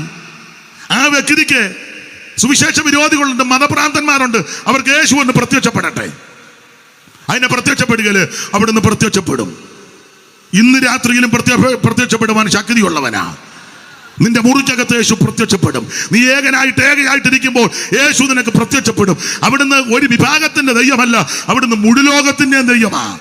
ഒരു സംഘടനയുടെ ഒരു സമൂഹത്തിന്റെ മാത്രമല്ല, യേശുക്രിസ്തു മുഴുലോകത്തിന്റെ ദൈവമാ. ഇന്ന് രാത്രി സ്നേഹിത സുഹൃത്ത് ദൈവത്തോട് പ്രാർത്ഥന, എന്റെ യേശുവേ അവിടുന്ന് ദൈവമാ, എനിക്കൊന്ന് പ്രത്യക്ഷപ്പെടണം. ഇന്ന് രാത്രി നീ അവൻ ആര് പറയാതെ അവൻ മുഴങ്കാലിന്മേൽ ഇരുന്ന് ദൈവത്തോട് കരഞ്ഞ് പ്രാർത്ഥിച്ചാൽ ഈ രാത്രി യേശു നിനക്ക് പ്രത്യക്ഷപ്പെടും. Praise the Lord, praise the Lord. യാക്കോബിന് പ്രത്യക്ഷപ്പെട്ടപ്പോ കളി മാറി. അതോടുകൂടെ എൻ്റെ ഭാഷയാ കുടുംബാന്തരീക്ഷം മാറി. കുടുംബത്തിലെ അലോഗ്യവും സ്വൈര്യക്കേടും ഒക്കെ മാറാൻ യേശു ഒന്ന് പ്രത്യക്ഷപ്പെട്ടാൽ മതി. അമ്മായിയമ്മയ്ക്ക് യേശു പ്രത്യക്ഷപ്പെട്ടാൽ മതി, തള്ള റെഡിയാകും. അല്ലാതെ തള്ളയെ കൗൺസിലിങ്ങിന് കൊണ്ടുപോയിട്ടൊന്നും നമ്മൾ തള്ളയെ പൊക്കി എടുത്തോണ്ട് പോകാം. അമ്മച്ചിക്ക് വന്ന് കൗൺസിലിംഗ് ആണ്, അമ്മച്ചിക്ക് ഇടയ്ക്ക് ഡിപ്രഷൻ. പിന്നെ തള്ളയ്ക്ക് യേശു വെളിപ്പെട്ടാൽ മതി.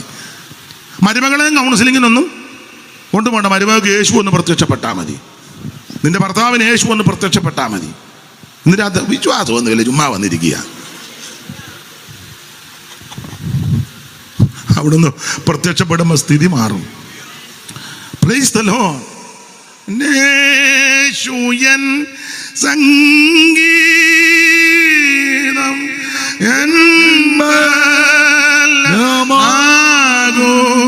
ു താൻ ജീവന്റെ കിരീടം എനിക്കു തരുന്നു. എന്നേശുയ സംഗീതം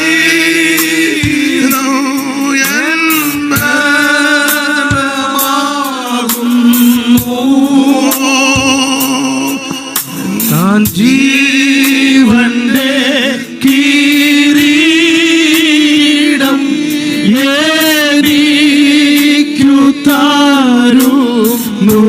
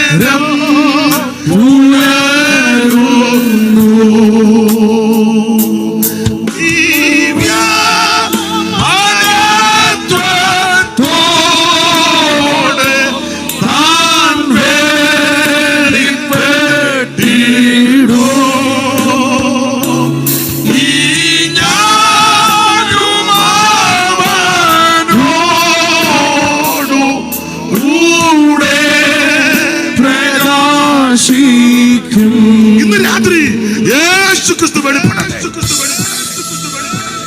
ഒന്നുകൂടെ ഞാൻ തെളിച്ചും ഉറപ്പിച്ചും പറയാം, മതഭ്രാന്തന്മാരുണ്ട്, സുവിശേഷ വിരോധികളുണ്ട്.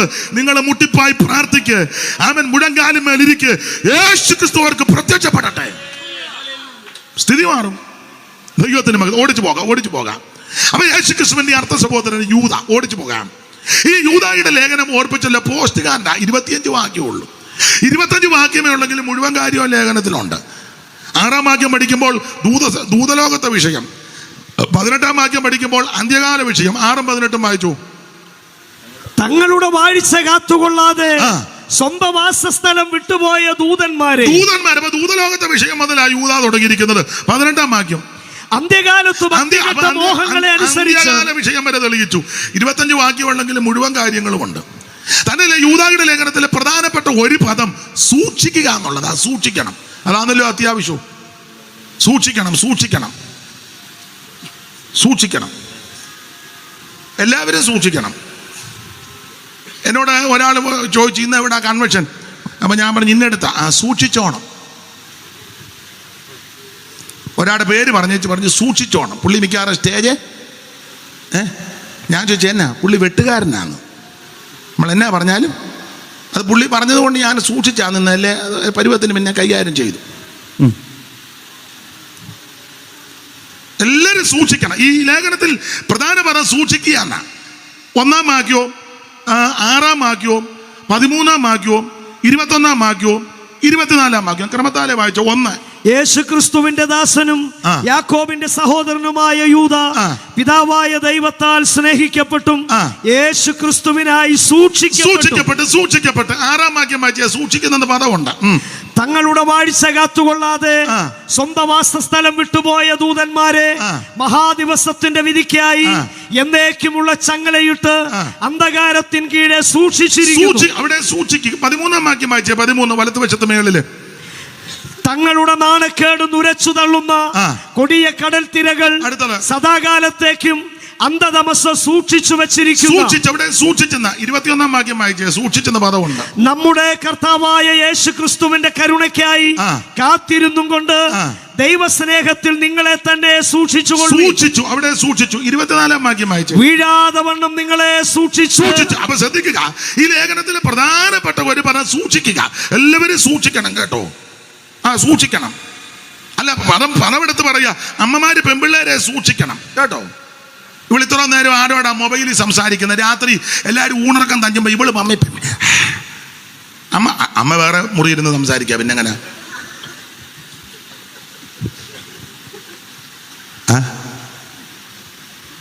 മോളെ ഒന്ന് സൂക്ഷിക്കണമെന്ന് വേണ്ടായോ?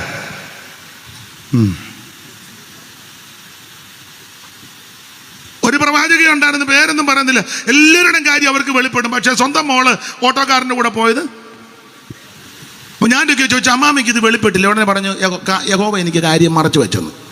അതിനും അമ്മാമ്മയ്ക്ക് ഭാഗ്യമുണ്ട്. സൂക്ഷിക്കണം.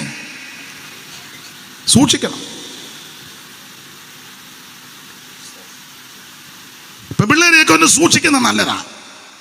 നമ്മുടെ ഇടയ്ക്ക് വന്നിരിക്കുമ്പോൾ കുഞ്ഞുങ്ങളൊക്കെ അച്ചടക്കത്തോടിരിക്കുന്നെങ്കിലും സൂക്ഷിക്കണം. അതിന് അങ്ങനെ ഒത്തിരി കാര്യമുണ്ട്. എവിടെ എന്തുവാന്ന് ചോദിക്കരുത്. ബാംഗ്ലൂർ പോകാൻ വണ്ടി കയറാൻ നിൽക്കുക. മോളുമുണ്ട്, അപ്പനുമുണ്ട്, അമ്മയുണ്ട്, വേറെ പെൺകുട്ടികളുണ്ട്, ആൺകുട്ടികളുമുണ്ട്. ഞാൻ നമ്മുടെ സിയോജാക്കപ്പൻ ഇവിടെ ശുശ്രൂഷയ്ക്ക് പോകാനായിട്ട് ഞാനും ഒരു വായുമായിട്ട് അവിടെ നിൽപ്പുണ്ട്. അപ്പോൾ അവിടെ വന്ന അപ്പനും അമ്മയും മക്കളും ഒക്കെ സംസാരിക്കുമ്പോൾ മോൾ എങ്ങോട്ട് നോക്കുന്നില്ല, ആരെയും നോക്കുന്നില്ല. അവൾ വളരെ പക്വതയും അവളോട് ചോദിക്കുന്നതല്ല വളരെ വിനയമായിട്ട്. എന്നാൽ മോളെ ടാറ്റയൊക്കെ കൊടുത്തു. ഞാനും വണ്ടിയിലുണ്ട്, വേറൊരു ദൈവദാസനുമുണ്ട്. അദ്ദേഹം അങ്ങേ സീറ്റ്, ഞാൻ ഇങ്ങേ സീറ്റിൽ. മൂവാറ്റുപുഴ കഴിഞ്ഞപ്പം അവൾ ഇരുന്ന സീറ്റിൽ നിന്ന് പിന്നെ അപ്പുറം അങ്ങ് പോയി വേറൊരു സീറ്റിലോട്ട്. അവിടെ വേറൊരാളുണ്ടായിരുന്നു. സൂക്ഷിക്കണം. ആദ്യം ഇവള് ബസ്സേ കയറുന്ന അപ്പനും അമ്മയും താഴെ നിന്നപ്പോൾ അവൾ ആരോടും ശ്രദ്ധിക്കുന്നേ ഇല്ല. ഇങ്ങനെ കരയുന്നത് പോലെയൊക്കെ അവർ തള്ള കണ്ണുനീര് തുടയ്ക്കുന്ന കണ്ടു. അമ്മ നിർദ്ദേശം കൊടുത്തു, മോളെ കൂട്ടുകാരുടെ വേണ്ട. മൂവാറ്റുപുഴ കഴിഞ്ഞപ്പം ഇരിപ്പ് കണ്ടിട്ട് ആ ടൈപ്പ് ഇതിനകത്ത് കൊണ്ടെന്ന് തോന്നുന്നു. നിങ്ങളുടെ ഇരിപ്പ് കണ്ടിട്ട് സൂക്ഷിക്കണം. സമയം തെറ്റി, നില തെറ്റി, ടൈം തെറ്റി, റൂട്ട് തെറ്റി മോള് സംസാരിക്കുമ്പോഴേ അമ്മയൊന്ന് ആരോടാ സംസാരിച്ചെന്ന് ആരോടാടി? അവള് പറയാം എൻ്റെ ഫ്രണ്ട് കെസിയ. ആ നമ്പർ ഞാൻ കെസിയാടെ ചോദിക്കണം. എന്തുവാ നീ പറഞ്ഞ്? അവള് മാത്സിൻ്റെ ഒരു ഡൗട്ട്, എല്ലാം ഒരു മാത്തമാറ്റിക്സാണ്. ഞാൻ നമ്മുടെ ഒരു ഉപദേശിയോട് ചോദിച്ചു, പിള്ളേരൊക്കെ പിള്ളേരെല്ലാം ഒരു മാത്തമാറ്റിക്സാന്ന് പറഞ്ഞു. സൂക്ഷിക്കണം, എല്ലാവരും സൂക്ഷിച്ചോണം. ഞാൻ ആ ഭാഗത്തേക്ക് പോകുന്നില്ല, എന്തിനാ വെറുതെ അലോക്യം ഉണ്ടാക്കുന്നത്. അപ്പോൾ 1-ാം വാക്യത്തിലും 6-ാം വാക്യത്തിലും 13-ാം വാക്യത്തിലും 21-ാം വാക്യത്തിലും 24-ാമത്തെ വാക്യത്തിൽ പ്രധാനപ്പെട്ട പദമാ സൂക്ഷിക്കണം. എല്ലാവരും സൂക്ഷിക്കണം. പരസ്യവും നടത്താൻ പോകുമ്പോൾ സൂക്ഷിക്കണം, വേണ്ടേ? പിന്നെ എവിടാ നടത്തുന്നത്? അന്തരീക്ഷം, സാഹചര്യം, അവിടുത്തെ ഉള്ള അന്തരീക്ഷമൊക്കെ നോക്കണം. ഞങ്ങളൊരു പരസ്യത്തിന് പോയി, പോറക്കേടുകാരൻ്റെ മൈക്ക് കൊടുത്ത് ഞാൻ പറഞ്ഞേച്ച് പോയ വണ്ടിയെ കൊടുക്കരുത്. ഒരു വെളിവും വെള്ളിയാഴ്ചയില്ല. വിവരമെന്ന് പറയുന്നത് ഇല്ല. ഞാനെന്നാ ഇതുങ്ങൾക്ക് എല്ലാം ചൂടത്ത് നിൽക്കില്ലയോ എന്നോർത്ത് വെള്ളം മേടിക്കാൻ അങ്ങോട്ട് പോയി. ചെറിയ കുപ്പിക്കകത്ത് കിട്ടുമല്ലോ വെള്ളം, ഈ പെപ്സിയുടെ തന്നെ ചെറിയ കുപ്പി മേടിക്കാൻ പോകുമ്പോൾ ഈ വിവരദോഷി മൈക്കെടുത്ത് 2 വർത്താനം, ഓടിയ ഓട്ടം. നിങ്ങൾ ചിരിക്കാൻ പറഞ്ഞതല്ല. സോമൻ പാസ്റ്റർ വടക്കമ്പള്ളിയാനായിട്ട് കുഞ്ഞുവാൻചാൻ്റെ വീട്, കുന്നോറമ്പയിലെ കുഞ്ഞുവാൻചാൻ്റെ വീട് പത്തിപ്പാലത്തിൻ്റെ ഇപ്പറേ. ഓടാനുണ്ട് വഴിയില്ല, ആകെ ഒറ്റ വഴിയേ ഉള്ളൂ. മൈക്ക് കൊടുക്കുമ്പോൾ സൂക്ഷിച്ചോണം. പോലക്കാടുകാരനെ കൊടുത്താൽ മരണ വീട്ടിൽ കൊടുക്കുമ്പോഴും സൂക്ഷിക്കണം. വിവാഹ ശുശ്രൂഷ നിർത്തുമ്പോഴും മൈക്ക് കൊടുക്കുന്നവരെ സൂക്ഷിക്കണം. പണ്ടൊരു കല്യാണത്തിന് ഒരാൾ കൊടുത്തു, വിവാഹം എല്ലാവർക്കും മാന്യമാണ്, പോപ്പിനും അയ്മേനിക്കും തിരുമേനിക്കും അവർക്കും എല്ലാം. ഞങ്ങളുടെ അച്ഛൻ പറഞ്ഞു, ഇയാൾ പോപ്പിനെ കല്യാണം കഴിപ്പിക്കേണ്ട, ഇവരുടെ കല്യാണം കഴിപ്പിച്ചിട്ട് വിടാൻ പറഞ്ഞു. ഉടക്കുണ്ടായി. സൂക്ഷിക്കണം, എല്ലാവരും സൂക്ഷിക്കണം. ഞാൻ ഞങ്ങളുടെ അവിടെ ദൈവകൃപയാൽ ലൈവൊക്കെ ഉണ്ട്, അനേക ദൈവമക്കളുടെ സഭായുധം. അപ്പം ഞാൻ നമ്മുടെ അലക്സാനോട് പറഞ്ഞിട്ടുണ്ട്, ബോധക്കേടുകാർ എന്നതാ പറയുന്നതെന്ന് ആരറിഞ്ഞു? അത് ഞാൻ പറഞ്ഞു കൊടുത്തിട്ട്, ഞാൻ എന്നാലും ഇങ്ങനെ തലയിൽ ചൊറിയുമ്പോൾ ഓഫ് ആക്കിയേക്കണമെന്ന്. അല്ല, അവിടെ നിന്ന് നിർത്താൻ പറഞ്ഞ അയാൾ പിന്നെ ഇപ്പം പിന്നെ വേറെ സിഗ്നലാ, അത് പഴയ സിഗ്നലാ, അത് നിങ്ങൾ അത്ര അറിഞ്ഞാൽ മതി. ഇപ്പം വേറെ സിഗ്നലാ. എന്നതാ വിളിച്ച് പറയുന്ന ആരറിഞ്ഞു? സൂക്ഷിക്കണം, എല്ലാവരും സൂക്ഷിക്കണം. അത് പരിജ്ഞാനത്തോടെ, വിവേകത്തോടെ, തന്മയത്വത്തോടെ, ദൈവകൃപയോടെ. ആശാരിപദേശി പറഞ്ഞെന്ന് പറഞ്ഞ് നമ്മൾ കിടന്ന് പറഞ്ഞാലോ, അയാളുടെ മേലൊരു അഭിഷേകമായിരുന്നു. നീ പറഞ്ഞാൽ തല്ലുകൊണ്ട് മൂട്ട ഇടും. അതാണ് പിന്നെ തോട്ടിച്ചാടി പോളയ്ക്കകത്ത് താന്ന് കിടക്കണം. മറ്റേ കരിയമ്പള്ളി ചാക്കോച്ചൻ പറഞ്ഞ പോലെ അടി വന്നപ്പോൾ അയാൾ എടുത്ത് ചാടി പോളയ്ക്കകത്ത് ചാടി വെച്ച് പോള എടുത്ത് തലയെ വെച്ച് പമ്മിക്കിടന്ന് മൂക്ക് മാത്രം. കമ്മ്യൂണിസ്റ്റുകാരെ അടിച്ചു വരിക. അന്നത്തെ കാലമാണ്. പുള്ളി മണ്ഡലം പ്രസിഡന്റാ. അവസാനം അവരടിച്ച് കിഴക്കോട്ടങ്ങ് കയറിപ്പം പുള്ളി പോളയെല്ലാം മാറ്റിച്ച് കയറി വന്നപ്പം വേറെ അപ്പം കതറിൻ്റെ എല്ലാം നനഞ്ഞ് ആകെ കോഴി നനഞ്ഞ പോലെ നിൽക്കുക. അപ്പോൾ ചോദിച്ചു, എൻ്റെ കാര്യം ചാക്കോച്ച മണ്ഡലം പ്രസിഡന്റ്, പിന്നെ തുരുത്തുരുത്തുരുത്താണ് അടി വരുമ്പോഴാണ് നിൻ്റെ മണ്ഡലം പ്രസിഡന്റാന്ന് പറഞ്ഞിട്ട് വല്ലോ കാര്യമായോ? കൈക്ക് എല്ലാം നല്ല അത്തുവില വെള്ള കൊച്ചുങ്ങൾ അടിച്ചു. എടുത്ത് ചാടി വെച്ച് പോള എടുത്ത് തലയെ വെച്ച് മൂക്കിൻ്റെ അവിടെ മാത്രം. അയ്യോ, നന്നായിട്ട് സൂക്ഷിക്കണം, എല്ലാവരും സൂക്ഷിക്കണം. ഇടയ്ക്ക് ഇത്ര പറഞ്ഞതേ ഉള്ളൂ, എല്ലാവരും സൂക്ഷിക്കണം. ദൈവത്തിന് മഹത്വം. അപ്പോൾ യൂദകളുടെ ലേഖനത്തിലെ പ്രധാനപ്പെട്ട പദം സൂക്ഷിക്കുക എന്നുള്ളതാ. പെൺപിള്ളേരെ സൂക്ഷിക്കണേ, ആൺപിള്ളേരെ സൂക്ഷിക്കണേ, മാതാപിതാക്കളെ മക്കളും ഒന്ന് സൂക്ഷിക്കുന്ന നല്ലതാ. പിന്നെ ഒന്ന് സൂക്ഷിക്കണം. ആരെയാ മമ്മി വിളിച്ചത്? നീ എന്തിനാ തിരക്കുന്നത്? അയ്യോ, 2 ആഴ്ച കഴിഞ്ഞപ്പോൾ മമ്മിയെ കാണാനില്ല. മമ്മിയെ അതാ കൊച്ചു സൂക്ഷിച്ചേച്ച് ഭർത്താവിനോട് അപ്പനോട് പറഞ്ഞിരുന്നെങ്കിൽ അത്രയും വലിയൊരു പ്രശ്നം വരികയില്ലായിരുന്നു. വേണ്ടേ? നിങ്ങൾക്ക് മനസ്സിലാകാരിയാണോ അതോ എന്നെ പൊട്ടം കളിപ്പിക്കുകയാണോ? സൂക്ഷിക്കണം, എല്ലാവരും സൂക്ഷിക്കണം. അപ്പോൾ യൂദകളുടെ ലേഖനത്തിലെ പ്രധാനപ്പെട്ട പദം സൂക്ഷിക്കുക. 1-ാം വാക്യവും 6-ാം വാക്യവും 13-ാം വാക്യവും 21-ാം വാക്യവും 24-ാം വാക്യവും എല്ലാവരും സൂക്ഷിക്കണം. വല്ലാത്ത കാലത്തിലും വല്ലാത്ത ലോകത്തിലുമാ ഞാൻ നിങ്ങളും വന്നുപെട്ടിരിക്കുന്നത്. അവൻ മുഴുവനത്തോടെ പിശാച് അധിക നാളില്ലെന്ന് മനസ്സിലാക്കി പൊരുതുമ്പോൾ വീണ്ടെടുക്കപ്പെട്ട ദൈവമക്കൾ, ദൈവകൃപ പ്രാപിച്ച ദൈവമക്കൾ വാക്കിലും പ്രവൃത്തിയിലും നടപ്പിലും ഉടുപ്പിലും കൊടുപ്പിലും എടുപ്പിലും എല്ലാത്തിലും വളരെ ശ്രദ്ധാലുക്കളായി സൂക്ഷിച്ചു വേണം ഇടപെടുവാൻ. നമുക്കൊരു മുന്നറിയിപ്പ് തന്നിരിക്കുക, വാണിംഗ് തന്നിരിക്കുക. സൂക്ഷിച്ചോണം, എല്ലാ കാര്യത്തിലും ശ്രദ്ധിക്കണം, സൂക്ഷിക്കണം. സഭയെ സാക്ഷി പറയുമ്പോൾ സൂക്ഷിക്കണം. കൂടെ അവിടെ ഇരിക്കുന്ന വേറൊരു വിശ്വാസിക്ക് മനോദുഃഖം ഉണ്ടാക്കുന്ന, പ്രശ്നം ഉണ്ടാക്കുന്ന സാക്ഷി പറയരുത്. ചെല്ല അങ്ങനെ ഇരിക്കുമ്പോൾ ഒരു എഴുന്നേക്കും, വലിയ മാരണമാണ്. ഞാൻ കൊടുക്കത്തില്ല. ഞാൻ എഴുന്നേറ്റ് പറയും പ്രാർത്ഥനാ വിഷയം വല്ലതും ഉണ്ടോ ഇങ്ങോട്ട്, പ്രാർത്ഥനാ വിഷയം ഉണ്ടേ പറയാം. ഞാൻ പറഞ്ഞിട്ടുണ്ട്, പരത്തരുത്, നല്ലവനും വല്ലവനും ഹല്ലേലൂയ എന്നും പരത്തരുത്. കാരണം ചിലർ എഴുന്നേക്കുന്നത് മറ്റവനിട്ട് തകർക്കാനാ. അത് പാടില്ല. നിന്റെ വാക്ക്, നിന്റെ പ്രവൃത്തി, നിന്റെ ഇടപാട്, നിന്റെ സമീപനം മറ്റൊരുത്തനെ നശിപ്പിക്കുന്നതായിരിക്കരുത്, അവനെ കൈത്താങ്ങൽ കൊടുക്കുന്നതായിരിക്കണം. എല്ലാവരും സൂക്ഷിച്ചോണം, പാട്ട് പാടുമ്പോൾ സൂക്ഷിച്ചോണം. പിന്നെ മറ്റവനിട്ട് പാര വെച്ച്, പണ്ടൊക്കെ കവികൾക്കൊക്കെ അങ്ങനെ ഉണ്ടായിരുന്നു, അങ്ങോട്ടും ഇങ്ങോട്ടും കൊമ്പ് കോർത്ത് ഉണ്ടായിരുന്നു. ഞാൻ ആ ഭാഗത്തേക്കൊന്നും പോകുന്നില്ല, ദൈവത്തിൻ്റെ മകത്ത്. ഞാൻ കുട്ടനാട്ടുകാരനായതുകൊണ്ട് അവിടെ വല്യമ്മച്ചി ഈ പാട്ടൊക്കെ അവൾ കണ്ടെത്തി പാടുന്ന പാട്ടുകളൊക്കെ പല ടൈപ്പ് പാട്ടുണ്ട്. പുരാണകഥ പാടും, ഞാറ് നടുമ്പോഴൊക്കെ പാടുന്ന പാട്ട്. അതിൽ പാട്ടുണ്ട്, കുത്തുപാട്ട് അങ്ങോട്ടും ഇങ്ങോട്ട് പാടി കുത്തും. ഉള്ളതാ, പക്ഷേ അത് സന്ദർഭോചിതമായിട്ട് അന്നേരം വല്യമ്മച്ചി പറഞ്ഞു കേട്ടുണ്ട്. പണ്ട് ഒരാളെ പാടിക്കാൻ കൊണ്ടുവന്നു. വല്യമ്മച്ചിയുടെ ഏട്ടത്തിയും കൊണ്ട് 10-14 ദിവസം നിന്ന് പാടുക, പുരാണകഥയാണ് പാടുന്നത്. അപ്പോൾ ഈ എതിർകക്ഷികൾക്ക് ഇഷ്ടപ്പെട്ടില്ല. അവരുടനെ ഈ കുട്ടമംഗലത്തെങ്ങാണ്ടുള്ളൊരു വല്യപ്പനെ കൊണ്ടുവന്നു.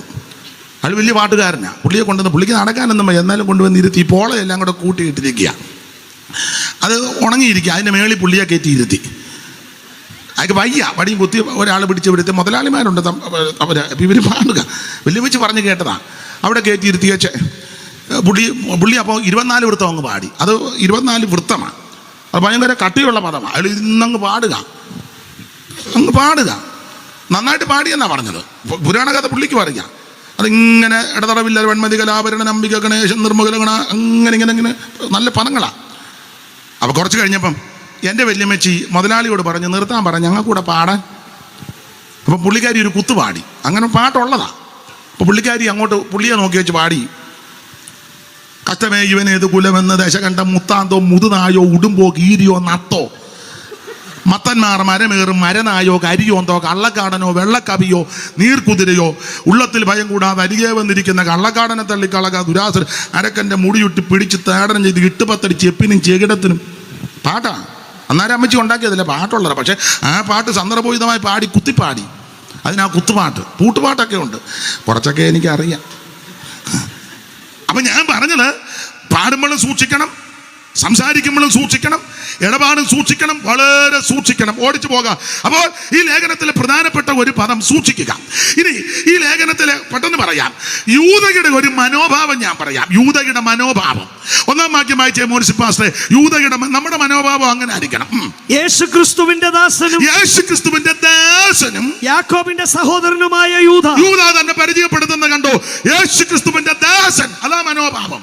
നമുക്കും ഈ മനോഭാവം, ഞാൻ എന്നെ പ്രതിയാക്കിയ നമുക്ക് ഈ മനോഭാവം വേണം. ആ കൊടുത്തിരിക്കുന്ന യേശുക്രിസ്തുവിന്റെ ദാസൻ. ഞാനോ നിങ്ങളോ ഈ ലേഖനം എഴുതുന്നെങ്കിൽ നമ്മളെ എങ്ങനെ ആയിരിക്കും പരിചയപ്പെടുത്തുന്നത്? എങ്ങനെ മോൻസി പാസ്റ്റർ അല്ലെ ഞാൻ എഴുതിയ എങ്ങനെ ആയിരിക്കും? പറയത്തില്ല. പിന്നെ എങ്ങനെ പറയും? തുറന്ന് പറഞ്ഞു, സത്യം പറഞ്ഞു. പൊക്കി പറയാന്ന് ഇവർ തമ്മിലുള്ള ബന്ധം വെച്ച് എങ്ങനെ ആയിരിക്കുമെന്ന് പറയുന്നത്. ഞാൻ ആരെന്നെങ്കിലും ഇങ്ങനെ എഴുതുകൊണ്ട് ദൈവത്തിൻ്റെ അനിയനാകുന്ന യൂദ. കാരണം യേശുക്രിസ്തു ദൈവമാണ്. യേശുക്രിസ്തുവിൻ്റെ അർത്ഥ സഹോദരനാ യൂദ. നമ്മൾ ഉടനെ പറയും ദൈവത്തിൻ്റെ അനിയനായ യൂദ എഴുതുന്നത്. ഒരു ബന്ധവും ഇല്ലെങ്കിലും നമ്മൾ ബന്ധം ഉണ്ടാക്കുന്നവരുണ്ട്. കാശും പുത്തനും കളറും ചുറ്റുപാടും ഉണ്ട്, ചുമ്മാ കയറി ബന്ധം. എൻ്റെ ഫസ്റ്റ് കസിനാണ്. ഞങ്ങൾക്കൊരു അമ്മാമയുണ്ട്, പേരെന്ന് പറഞ്ഞ് നമ്മുടെ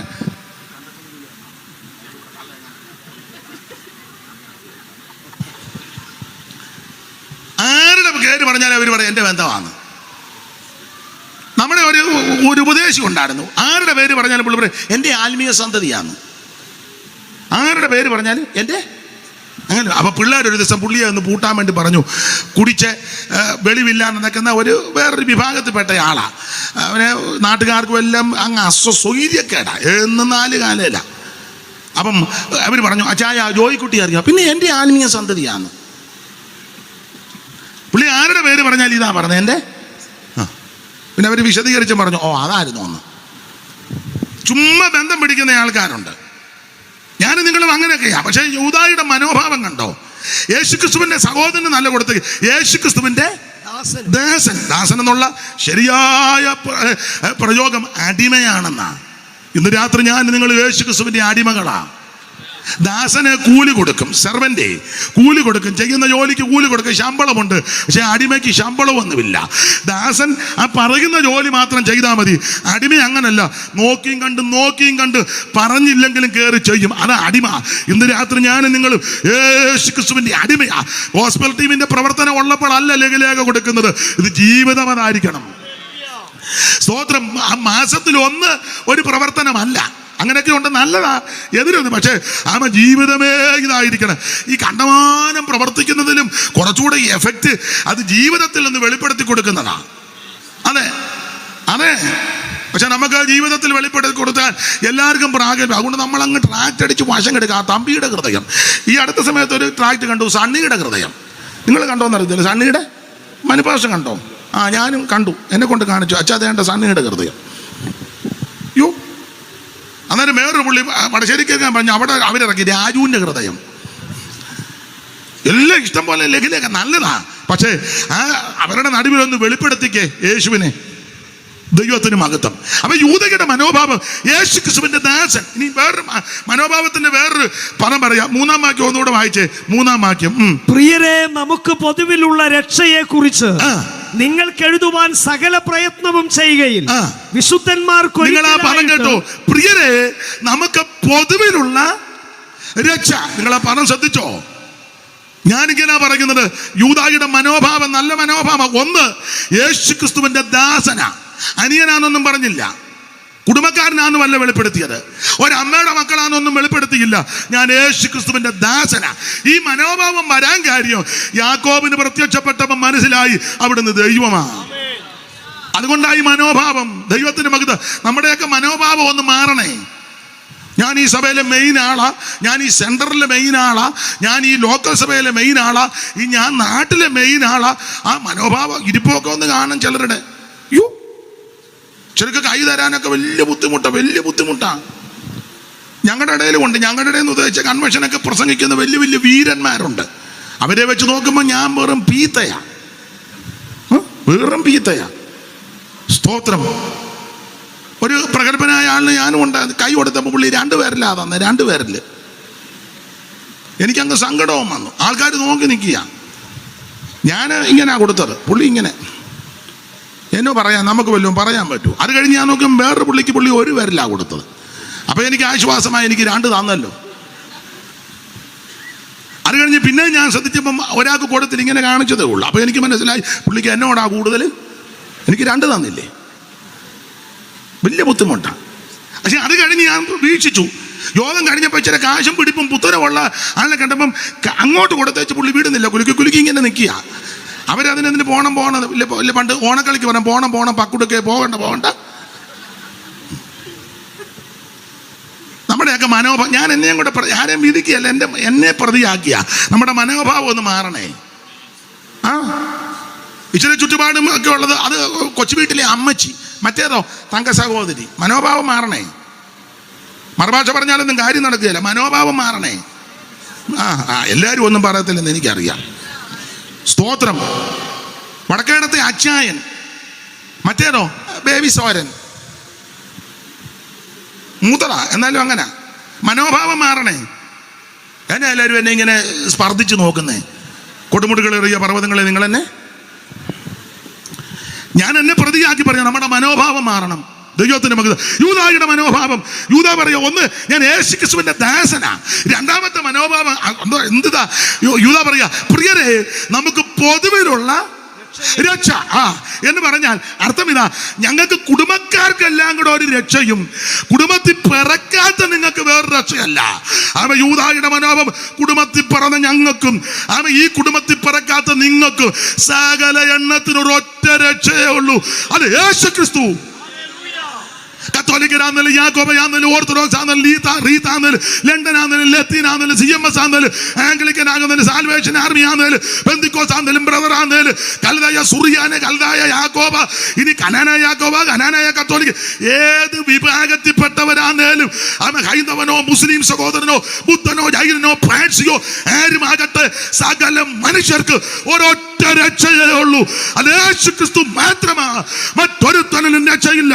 നാം രക്ഷിക്കപ്പെടുവാൻ ആകാശത്തിന് കീഴിൽ മനുഷ്യരുടെ ഇടയിൽ നൽകപ്പെട്ട ഒരേ ഒരു നാമം നസറായനാകുന്ന യേശുക്രിസ്തുവിന്റെ പരിശുദ്ധ നാമം.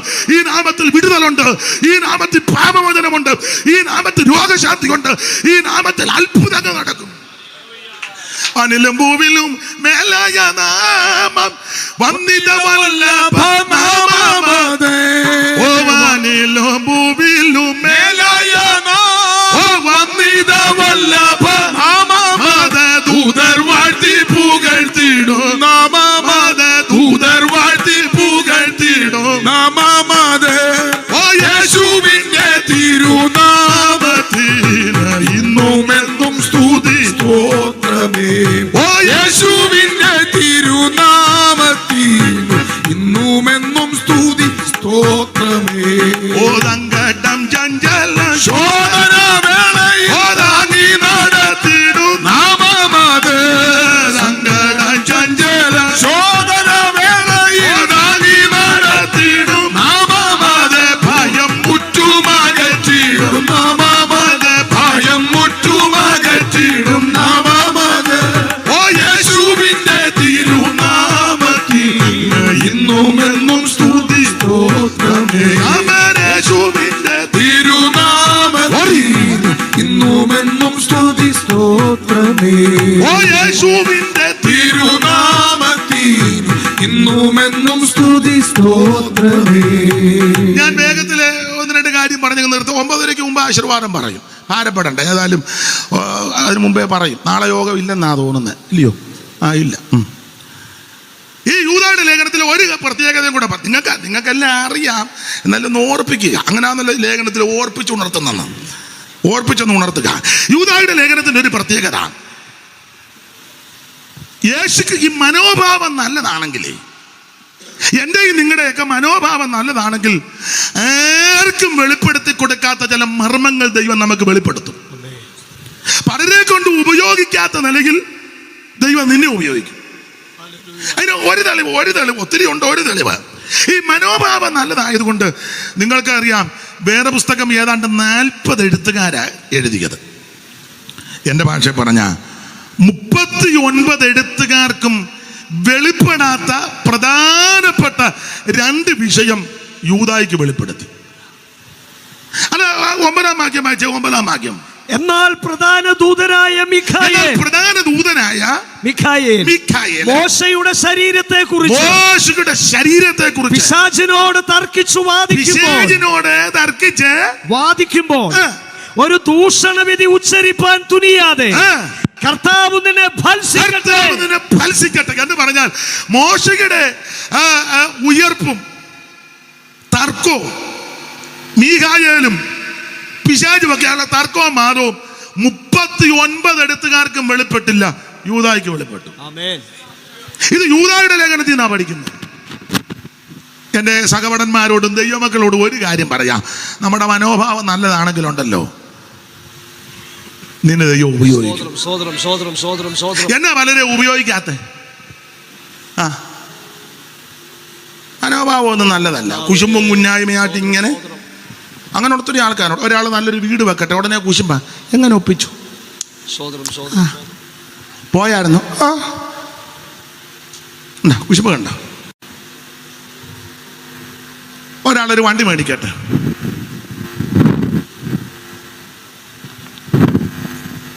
മനോഭാവം നല്ലതല്ല.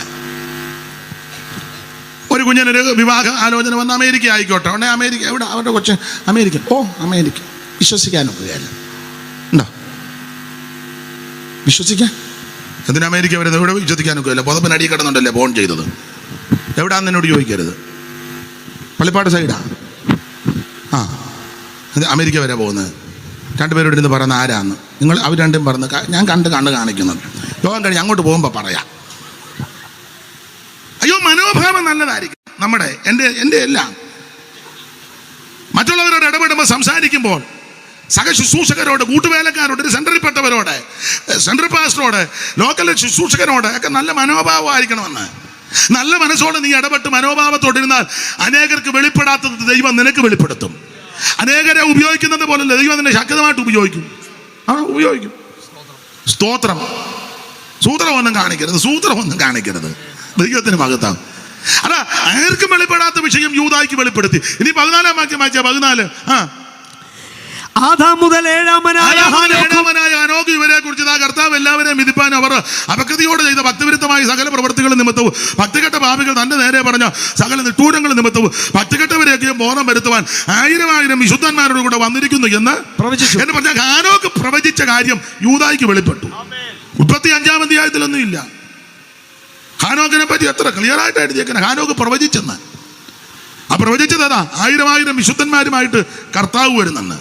ഈ വിഷയം യൂദായ്ക്ക് ദൈവം വെളിപ്പെടുത്തി. ഇന്ന് രാത്രി ഞാൻ ആ ഭാഗം അങ്ങനെ അങ്ങ് വിടുക. നല്ല മനോഭാവത്തോടെ കർത്താവിനെ സേവിച്ചേ, നല്ല മനസ്സോടെ യേശുവിനെ ആരാധിച്ചേ. സ്തോത്രം. നല്ല മനസ്സോടൊന്ന് ഇടപെട്ടെ. സ്തോത്രം. ദൈവം നിന്നെ തൻ്റെ കരത്തിലെടുക്കും. അത്ഭുതകരമായി ദൈവം നിന്നെ ഉപയോഗിക്കും. നിന്നെ കൊണ്ട് ദൈവം വൻ ക്രിയകൾ ചെയ്യിക്കും. നീ മുഖാന്തരം അനേകർ വിടിവിക്കപ്പെടും. നീ അനേകരെ തണുപ്പിക്കുന്ന വ്യക്തിയായിരിക്കും. അനേകർക്ക് നീ ഒരു ആശ്വാസമായിരിക്കും. നല്ല മനോഭാവത്തിൽ ഞാൻ സഭ ഇന്നും പ്രസംഗിച്ചും പറഞ്ഞു, എന്തെങ്കിലും കൊടുത്താലും നല്ല മനസ്സോടെ കൊടുക്കണം. നല്ല മനസ്സോടെ. രാവിലെ ഒരാൾ വീട്ടിൽ വന്ന് കട്ടൻ കൊടുക്കുക, കട്ടനാണ് കട്ട ഉള്ളത്, അത് നല്ല മനസ്സോടെ കൊടുക്കണം. വയ്യാവേലി വന്ന് കൊടുക്കാൻ എങ്ങനെയാ വിടുന്നത്? കാപ്പി തരട്ടെ, അന്തസ്സുള്ളവനാന്ന് പറയാൻ വേണ്ടാന്ന് പറയാം. എന്നാട്ടെ.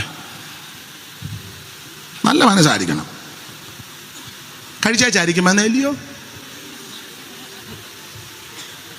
മനോഭാവം നല്ലതല്ലെന്ന്. ഞാനൊരു കാര്യം പറയണം, നിന്റെ വീതമാണെങ്കിലും എടുത്ത് കൊടുക്കാൻ ഒരു മനസ്സ് വേണമെന്ന്. വേണ്ടായോ? ബസ്സേ കയറുമ്പോൾ പ്രായമുള്ളവരപ്പം നിൽക്കുക, നമ്മളുടനെ ഇരിക്കുക, അപ്പനിങ്ങനെ നിൽക്കുക, വയ്യ ഉടനെ നമ്മൾ വെളിയിലോട്ട് തലയിട്ടുകൊണ്ടിരിക്കുക. കാരണം ഇങ്ങനെ ഇരുന്ന അപ്പച്ചനെ നോക്കും, ചിലപ്പം ഇരുത്തേണ്ടി വരും, അല്ലെങ്കിൽ നമ്മളൊന്ന് എഴുന്നേക്കേണ്ടി പുറത്തോട്ട് തലയിട്ടേക്കാമെങ്കിൽ.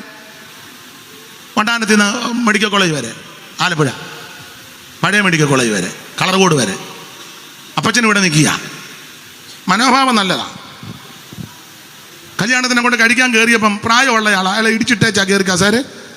ഈയിടെയും പറഞ്ഞു മനോഭാവം നല്ല. ചില ഞാൻ ഓപ്പണായിട്ട് അങ്ങ് പറയാം, കേറ്ററിംഗുകാർ അതൊക്കെ ഞാൻ പൊതുവെ കേറ്ററിംഗുകാർ 8 കസേരയായിരിക്കും. ഓപ്പണായിട്ട് പറയാം, 8 പീസ് മീനാ. അതൊക്കെ അവരുടെ ബിസിനസ് അല്ലേ. കട്ട്ലൈറ്റുമൊക്കെ 8 പീസ്. ഒരുത്തനുമായിട്ട് ഞാനും കല്യാണത്തിന് അവൻ ആദ്യം 3 പീസ് എടുത്ത് അവൻ്റെ പ്ലേറ്റ് ഇട്ടു. എങ്ങനെയുണ്ട്? പിന്നെ അടുത്ത് എടുക്കാൻ പോയപ്പോൾ ഞാനത് 2 എണ്ണം എടുത്ത് വേറെ 2 പേർക്ക് ഇട്ടു. എന്നെ ഇങ്ങനെ നോക്കി. ഞാൻ പറഞ്ഞു മര്യാദയ്ക്ക് ഇരുന്നോണ്ടെന്ന് പറഞ്ഞു. നീ ഇത്ര പ്രാന്തെടുത്ത് നടക്കുന്നത്, ഫ്രീ ആയിട്ട് കിട്ടുന്ന പറഞ്ഞാൽ അങ്ങനെ ചുമ്മാ പന്നി തിന്നു പോലെ തിന്നരുത്. അല്ലേ എന്നെ മര്യാദ? ഞാനാണെങ്കിൽ അവിടെ ഇരിക്കുന്നവർക്ക് എടുത്തു കൊടുക്കും. വിശേഷിച്ച് പ്രായമുള്ളവരും ബലഹീനരുണ്ട്, എടുത്തു കൊടുത്തു ഉറപ്പ് വരുത്തി വെച്ച്. നല്ല പ്രാഗൽഭ്യമുണ്ട്, അതുകൊണ്ടായി പറയാൻ. അല്ല, പ്രാഗൽഭ്യമുള്ളതുകൊണ്ടാണ് പറയാൻ. ഇത് എല്ലാം ആരെയും നോക്കത്തില്ല. ഞാൻ ഇരുന്ന് ഉടനെ എടുത്ത് പ്രാർത്ഥിക്കുന്നതിന് മുന്നേ കഴിക്കുകയും ചെയ്യും. ഉദ്ദേശമാരോട് ഞാൻ പറയും, ശുശ്രൂഷ കഴിയുമ്പോഴേ അങ്ങ് പ്രാർത്ഥിക്കണം. ഇത് സാരി മാറാം, ഡ്രസ്സ് മാറാം, പിന്നെ അതുങ്ങൾ വരുന്ന നോക്കി ഇല്ല ഷട്ടറിൻ്റെ അവിടെ തൂമ്പിൻ്റെ അവിടെ മീൻ നിൽക്കും പോലെ നിൽക്കുക, ഇടിച്ചു കയറി. എന്തോ ഒരു മെനക്കേടൊക്കെയാണോ? നല്ല മനോഭാവം വേണമെന്ന്. നല്ല മനോഭാവത്തോടെ നല്ല മനസ്സോടെ നീ ഇടപെട്ട് അവൻ ദൈവം നിന്നെ തൻ്റെ കരത്തിലെടുത്ത് ഉപയോഗിക്കും. അനേകർക്ക് വെളിപ്പെടാത്തത് ദൈവം നിനക്ക് വെളിപ്പെടുത്തും. ഞാൻ എൻ്റെ വാക്ക് നിർത്തുക. ആ 3-ാം വാക്യം ഒന്നുകൂടെ വായിച്ചോ. 3-ാം വാക്യം ഒരു കാര്യം പറഞ്ഞങ്ങ് നിർത്താം. വായിക്കും. നമുക്ക് പൊതുവിലുള്ള രക്ഷയെ കുറിച്ച് നിങ്ങൾക്ക് എഴുതുവാൻ സകല പ്രയത്നവും ചെയ്യുകയിൽ വിശുദ്ധന്മാർക്ക് ഒരിക്കലായിട്ട് വരമേൽപ്പിച്ചിരിക്കുന്ന വിശ്വാസത്തിനു വേണ്ടി പോരാടേണ്ടതിന് പ്രബോധിച്ചെഴുതുവാൻ ആവശ്യമെന്ന് എനിക്ക് തോന്നി. ദൈവമക്കൾ പോരാടണം. യൂദാ കർക്കശമായി പറയുകയാ, വീണ്ടെടുക്കപ്പെട്ട ദൈവമക്കൾ, രക്ഷിക്കപ്പെട്ട് സ്നേഹപ്പെട്ട് അഭിഷേകം പ്രാപിച്ച് തിരുവേശെടുക്കുന്ന ദൈവമക്കൾ പോരാടണം. നാട്ടുകാരോടും ബന്ധുക്കാരോടും ഒന്നുമല്ല പോരാടേണ്ടത്. നമുക്ക് പോരാട്ടമുള്ളത് ജഡരക്തങ്ങളോടല്ല. Praise the Lord. അപ്പൊ എന്തിനോടൊക്കെ നമ്മുടെ പോരിന്റെ ആയുധം ജഡീകമല്ല, വടിവാളെടുത്തല്ല പോരാടേണ്ടത്. ഇടികട്ട നെഞ്ചക്ക് നാടൻ ബോംബും ഉണ്ടല്ലോ വാരിക്കുന്തോ, അതൊന്നും എടുത്തല്ല നമ്മുടെ പോരാട്ടം. നമ്മുടെ പോരിന്റെ ആയുധം ജഡീകമല്ല. കോട്ടകളെ ഇടിക്കുന്ന ദൈവശക്തിയാ. ഇന്ന് രാത്രി നീ പരിശുദ്ധാത്മാവിന്റെ അഭിഷേകത്തിൽ നിറഞ്ഞ് പരിശുദ്ധാത്മാവിന്റെ വ്യാപാര ശക്തിയാൽ അവൻ വിരോധമായി നിൽക്കുന്ന സകലത്തോട് പോരാടി വിജയം പ്രാപിക്കണം. എന്തിനോടൊക്കെ പോരാടണം? എബ്രായ ലേഖനം 12-ാം അധ്യായം 4 വെക്കുമ്പോൾ പാപത്തോട് പോരാടണം. ഉൽപ്പത്തി 4 വായിക്കുന്ന പാപം നിന്റെ വാതിൽക്ക് കിടക്കുക, അതിന്റെ ആഗ്രഹം നിന്നോട്, നീ പോരാടി അതിനെ ജയിച്ച് കീഴ്പ്പെടുത്തണം. പ്രാണത്യാഗത്തോളം എതിർത്ത് നിന്നാ സ്തോത്രം. അപ്പൊ ഒന്ന് പാപത്തോട് ഒരു മന വ്യത്യാസമില്ല, എല്ലാവരും പാപം ചെയ്യുന്നതാ. പാപികളെ രക്ഷിക്കാൻ ആ പാപമില്ലാത്ത യേശു സ്വർഗമഹിമ വെടിഞ്ഞ് ഈ ലോകത്തിൽ, എങ്കിലും ഈ ദുഷ്ടലോകത്ത് ജീവിക്കുമ്പോൾ നിന്നെ തകർക്കുവാൻ, നശിപ്പിക്കുവാൻ പാപത്തിന്റെ ശക്തികൾ അവനെ എതിർത്ത് വരുമ്പോൾ ഇന്ന് രാത്രി ഈ ദൈവത്തിന്റെ പൈതല് നീ പാപത്തോട് പോരാടി അതിനെ ജയിക്കണം.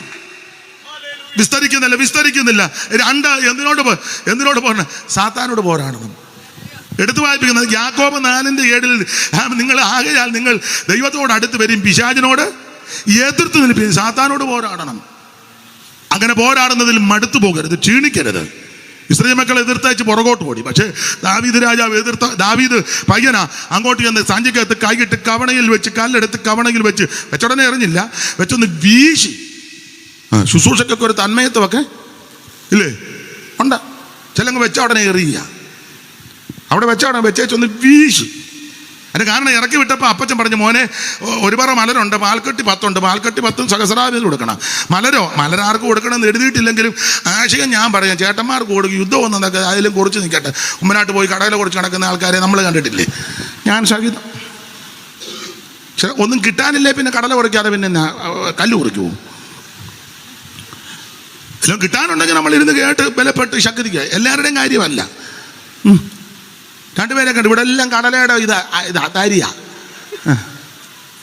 കടവാ 2 തന്നെയല്ല. വർത്താന സ്തോത്രം നമ്മൾ നാറ്റവും.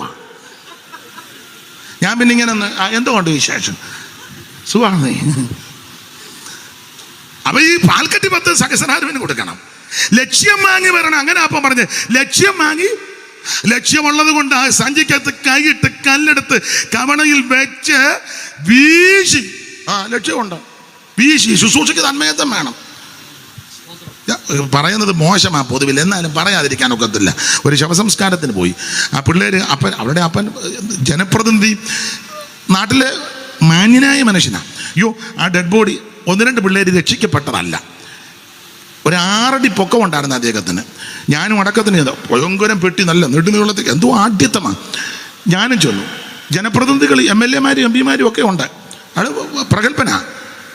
നമ്മുടെ ഒരു ഉപദേശിക്ക് ബോധമില്ല. സെമിത്തേരിൽ കൊണ്ടുവച്ചു.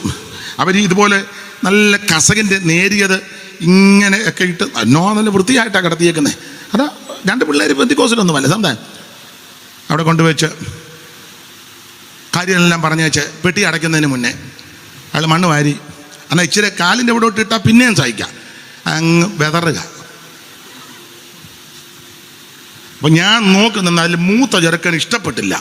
അവൻ രക്ഷിക്കപ്പെട്ടതല്ല. ഞാൻ ഓർത്ത് അടി കൊണ്ട് ഊപ്പാട് വരുമെന്ന് ഓർത്ത് ഞാൻ വഴി നോക്കിയാണ് നിന്നത്. അഥവാ അടി വന്ന അന്നേരം ഓടണം. പിന്നെ ഞാൻ വഴി നോക്കിയാച്ചാണ് നിന്നത്. വിവരക്കേടാ. അന്ന് ഇരിക്കും അഥവാ ഇട്ടു ഒരു ഇച്ചിരി എടുത്ത കാലിൻ്റെ എവിടോട്ട് മണ്ണിടണമെന്ന് തന്നെ ഇത്ര നിർബന്ധം. പിന്നല്ലേ, അല്ല മണ്ണിടണമെന്ന് തന്നെ ഇത്ര നിർബന്ധം. പഴയ പിതാക്കന്മാർ ശുശ്രൂഷയ്ക്ക് ഒരു തന്മയത്വത്തിന് വേണ്ടി ഒന്ന് ചെയ്തു. ഇല്ല കൊട്ടക്കടി പൂച്ച ഇട്ടിച്ച് പ്രാർത്ഥിക്കും പോലെ പ്രാർത്ഥിക്കാം. പൂച്ച എന്തിയേ?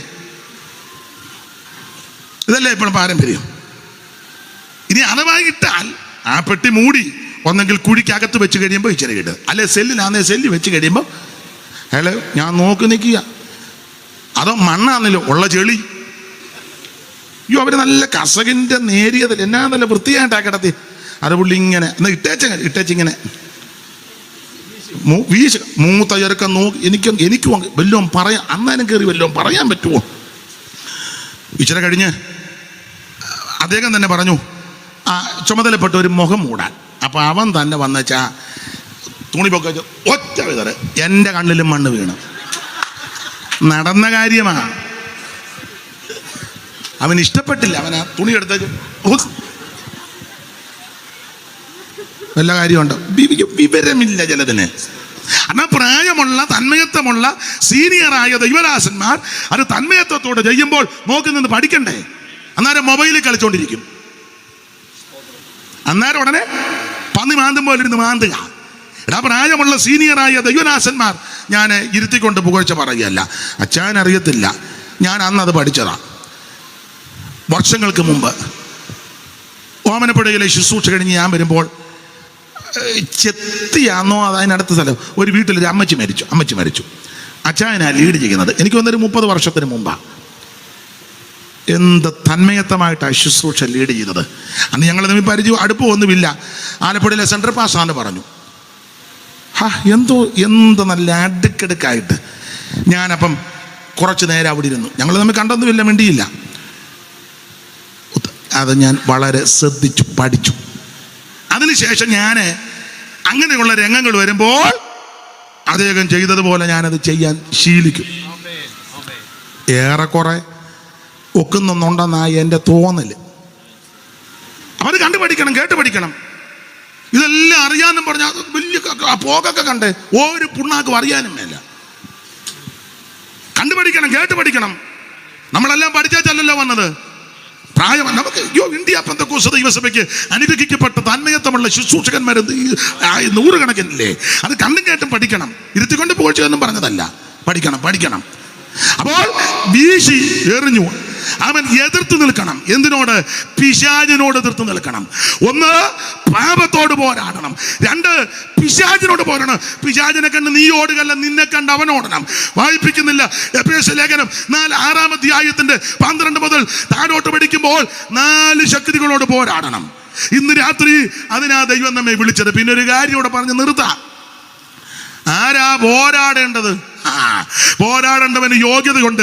അതാ 1-ാം വാക്യത്തിൽ അതിന്റെ യോഗ്യത. വിളിക്കപ്പെട്ടവരും സൂക്ഷിക്കപ്പെട്ടവരും സ്നേഹിക്കപ്പെട്ടവരും വേണം പോരാടാൻ. 1-ാം വാക്യം വായിച്ച് നമുക്കങ്ങ് നിർത്താം. വായിച്ചോ മോൻസി പാസ്റ്റർ. യേശുക്രിസ്തുവിന്റെ ദാസനും യാക്കോബിന്റെ സഹോദരനുമാകുന്ന യൂദ പിതാവായ ദൈവത്തിൽ സ്നേഹിക്കപ്പെട്ടു. അയ്യോ, ആരാ പോരാടേണ്ടത്? 1 പിതാവായ ദൈവത്താൽ സ്നേഹിക്കപ്പെട്ടവർ. ഇന്ന് രാത്രി യേശു നിന്നെ സ്നേഹിക്കുന്നു. യേശു നിന്നെ ഇഷ്ടപ്പെടുന്നു. സമൂഹത്തിനോ നാട്ടുകാർക്കോ വീട്ടുകാർക്കോ മാതാവിനോ പിതാവിനോ സഹോദരങ്ങൾക്കോ അല്ല ഭാര്യയ്ക്കോ ഭർത്താവിനോ മക്കൾക്കോ നിന്നോട് സ്നേഹമില്ലെന്ന് നിനക്ക് തോന്നുകയും ഇനി എന്തിനാ ജീവിക്കുന്നത്? റെയിൽവേ പാളത്തിൽ തലവെക്ക, ആത്മഹത്യ, അല്ലെങ്കിൽ വിഷം കഴിക്കുക അല്ലല്ല. സ്നേഹിത സുഹൃത്ത്, നിന്നെ സ്നേഹിക്കുന്ന ഒരു ദൈവമുണ്ട്. നിന്നെ സ്നേഹിക്കുന്ന ഒരു യേശുവുണ്ട്. ദൈവം സ്നേഹമാ. ഇന്ന് രാത്രി ആ സ്നേഹത്തിലേക്ക് നീ കടന്നു വാ. യേശു നിന്നെ രക്ഷിക്കും. അപ്പോൾ സ്നേഹിക്കപ്പെട്ടവർ യോഗ്യത നോക്കിയല്ല സ്നേഹിച്ചത്. യോഗ്യത ഒന്നും നോക്കിയല്ല. ഞാനെപ്പോഴും പറയും എനിക്കൊരു യോഗ്യത ഇല്ല. എന്നെ പറ്റി പല അഭിപ്രായമാണ്. ഇന്നാളൊരാൾ പറഞ്ഞു വിവരമൊന്നുമില്ലെന്ന്. സത്യമാണ്, വിവരമില്ലെന്ന്. ഈ സത്യമാണ്. വേറൊക്കെ ഒരുത്തൻ പറഞ്ഞു ഒരു ബോധവും ഇല്ലാത്തവനാന്ന് പറഞ്ഞു. എന്നെ പറ്റിയാ. സത്യമാണ്. വേറൊരു ഒരുത്തൻ പറഞ്ഞു അയാൾ കുടുംബത്തിൽ പറഞ്ഞവനല്ലെന്ന്. സത്യമാണ്. ആശുപത്രിയിലാണ് പ്രസവിച്ച്. അമ്മ പറഞ്ഞു കേട്ടോണ്ട്. ചങ്ങനാശ്ശേരി ഗവൺമെന്റ് ആശുപത്രിയിലാണ് പ്രസവിച്ചു. കുടുംബത്തിൽ പറഞ്ഞതല്ല. മനുപ്പാസ് കുടുംബത്തിലാണെന്ന് പറഞ്ഞത്. നമ്മൾ രണ്ടും സമചിച്ചാവിധിയില്ല.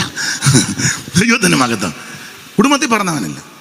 പെന്തിക്കോസിൽ തന്നെ നമ്മുടെ ഒരു അച്ചായൻ പറഞ്ഞു അവന് വിവരമൊന്നുമില്ലെന്ന്. കള്ളുഷാപ്പിൻ്റെ അവൻ്റെ താന്ത അങ്ങനെ പറഞ്ഞ അവൻ്റെ താന്ത കള്ളുഷാപ്പിലെ ജോലിക്കാൻ അതിൻ്റെ വിവരം. സത്യമാണ്. എൻ്റെ അപ്പനെ കള്ളുഷാപ്പിലൊരു ചെറിയ ജോലിയായിരുന്നു കേട്ടോ. അതെ, സത്യമാണ്. എനിക്കത് അഭിമാനമാണ്. പക്ഷേ അപ്പം കള്ളുഷാപ്പിൽ ജോലിയാണെങ്കിലും കള്ളു കുടിക്കുകയില്ലായിരുന്നു. നിനക്ക് കള്ളുഷാപ്പിൽ ജോലിയില്ലെങ്കിലും കുടിച്ച് പൂസായി 4 കാലം വെളിവില്ലാറാ നീ നടന്നത്. എനിക്ക് വലിയ പ്രാഗൽഭ്യമാണ് പറയുന്നത്. കള്ളുഷാപ്പിൽ ഒരു ചെറിയ ജോലിയായിരുന്നു. അങ്ങനെയാണ് ഞങ്ങളെ വളർത്തിയത്. എൻ്റെ അമ്മയാണെ പാടത്ത് പണിയെടുത്ത് എന്ത് കഷ്ടപ്പെട്ടത്. നിങ്ങളുടെയൊക്കെ അമ്മമാരും അങ്ങനെ. ഇപ്പം മൈക്ക് എൻ്റെ ആയതുകൊണ്ടാണ് എൻ്റെ അമ്മയുടെ കാര്യം പറയുന്നത്. അതെ, അമ്മയുടെ കൂടെ ഞാനെന്ത് എവിടെയെല്ലാം കൊയ്യാൻ പോയിട്ടുണ്ട്. പിന്നെ എല്ലാം സംഭിച്ചായ സകല ജോലി അറിയാം. അതുകൊണ്ട് ഈ പെണ്ണുങ്ങൾ ജോലിയാണെന്ന് പറഞ്ഞാൽ ഞാൻ വക വെച്ചും കൊടുക്കുകയല്ല. അത് വേറെ കേസ്. ഞങ്ങളുടെ സഭയിലെ ഞായറാഴ്ചയൊക്കെ ഭക്ഷണമുണ്ട്. വീട്ടിലാണ് ഉണ്ടാക്കുന്നത്. ഞാൻ ഉണ്ടാക്കും. ഇന്നലെ നിലമ്പൂർ കൺവെൻഷൻ കഴിഞ്ഞ് വെച്ച് നിലമ്പൂർ പോകുന്നതിന് മുന്നേ മീൻ കറി വെച്ചാ പോയത്. നല്ല മീൻ കറിയല്ലായിരുന്നോ? നിങ്ങൾ കൂട്ടി വെച്ച് പിന്നെ ഉണ്ടായിരിക്കും.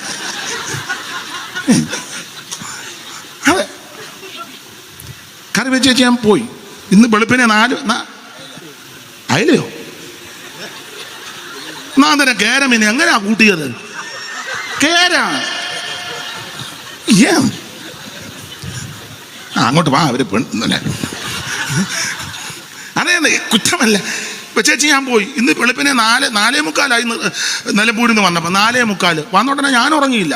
വന്നുടനെ പാട്ട് പാടി 3-4 പാട്ട് പാടി തമ്പേറടിച്ച് പാട്ട് പാടി ആരാധിച്ച് പ്രാർത്ഥിച്ചു അടുക്കളയിലോട്ട് കയറി.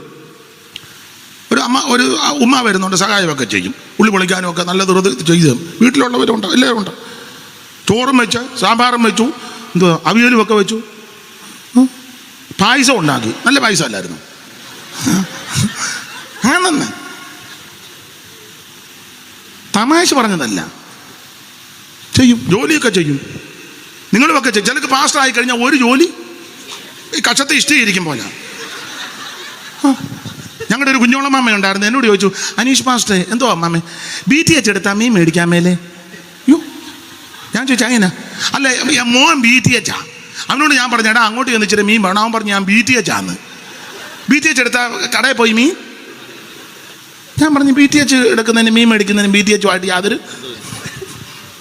ചെയ്യണം കേട്ടോ. നല്ല മനോഭാവത്തോടെ നിന്നെ സ്നേഹിക്കുന്ന യേശുവുണ്ട്. അപ്പോൾ ഓടിച്ചു നിർത്താം. ദൈവത്താൽ സ്നേഹിക്കപ്പെട്ടും. പിന്നെ അടുത്ത വാക്യം വായിച്ചു നിർത്തുക. യേശു ക്രിസ്തുവിനായി സൂക്ഷിക്കപ്പെട്ടു. അയ്യോ, നിന്നെ സൂക്ഷിക്കുന്ന ഒരു ദൈവമുണ്ട് കേട്ടോ. വീടാതെ വണ്ണം നിന്നെ സൂക്ഷിക്കുന്ന ദൈവമുണ്ട്. നിന്റെ തലമുറയെ സൂക്ഷിക്കുന്ന ഒരു ദൈവമുണ്ട്. നിന്റെ പ്രിയപ്പെട്ടവളെ സൂക്ഷിക്കുന്ന ഒരു ദൈവമുണ്ടെന്ന്. 1 സ്നേഹിക്കപ്പെട്ട്, 2 സൂക്ഷിക്കപ്പെട്ട്. അടുത്തത് സൂക്ഷിക്കപ്പെട്ടും ഇരിക്കുന്ന വിളിക്കപ്പെട്ടവർ. നിന്നെ ഇന്ന് രാത്രിയും യേശു വിളിക്കുക. ഇന്ന് രാത്രി യേശു നിന്നെ വിളിക്കുക. സന്തോഷത്തോടെ കടന്നു വാ, നിന്നെ ദൈവം രക്ഷിക്കും. അങ്ങനെ വിളിക്കപ്പെട്ട്, സൂക്ഷിക്കപ്പെട്ട്, സ്നേഹിക്കപ്പെട്ടിരിക്കുന്നവർ വേണം പോരാടാൻ. അങ്ങനെ പോരാടുന്നെങ്കിൽ ജയിക്കാനുള്ള കൃപ ഇന്ന് രാത്രി ദൈവം നിന്റെ മേൽ പകരും. കരമുയർത്തി ദൈവത്തെ സ്തുതിച്ചാട്ടെ. ആ പഴയ പാട്ടിന്റെ 2 ചരണം പാടി നമുക്ക് അങ്ങ് പിരിയ.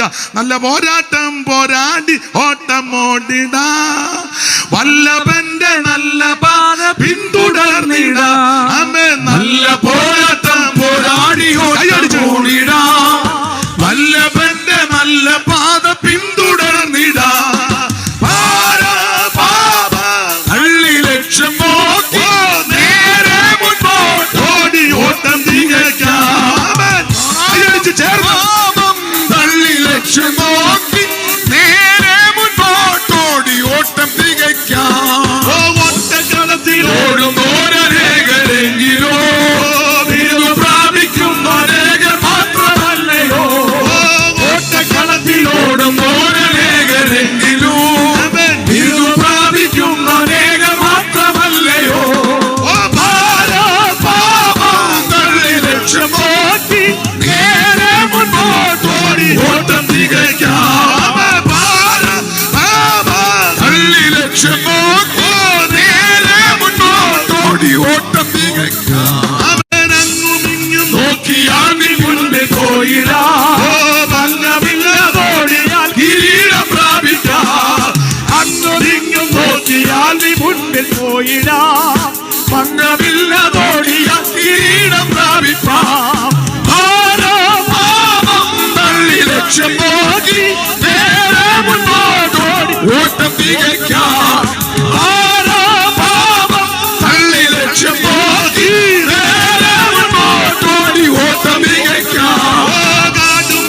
കണ്ടു സംശയിച്ചു നിൽക്കാതെ ചാടിയോടി പോകുവാൻ കണ്ടു സംശയിച്ചു നിൽക്കാതെ ചാടിയോടി പോകുവാൻ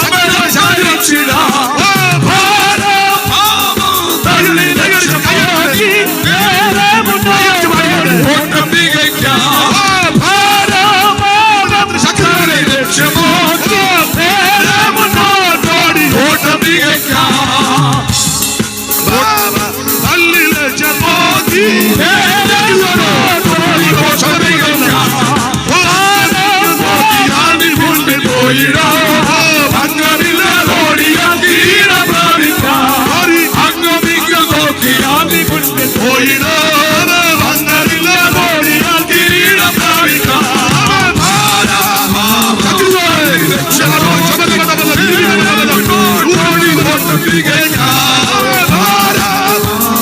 തള്ളി ലക്ഷ്യം നോക്കി നേരെ മുന്നോട്ടോടി ഓട്ടം തികയ്ക്കാം. ഓട്ടക്കളത്തിലോടും ഓരനേകരെങ്കിലോ ഇരുന്നു പ്രാപിക്കും ഓട്ടക്കളത്തിലോടും ഓരനേകരെങ്കിലോ ഇരുന്നു പ്രാപിക്കും മാത്രമല്ലയോ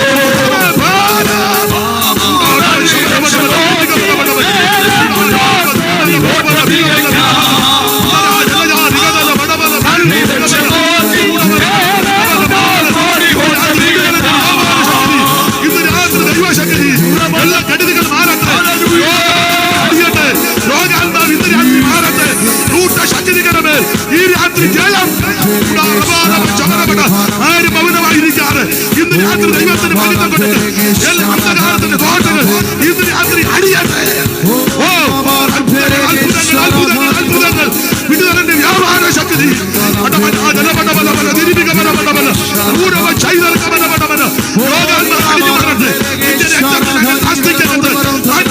കുടുങ്ങിയിരിക്കുന്ന രോഗത്തിന്റെ അണുക്കൾ ഇന്ന് രാത്രി ഒഴുകി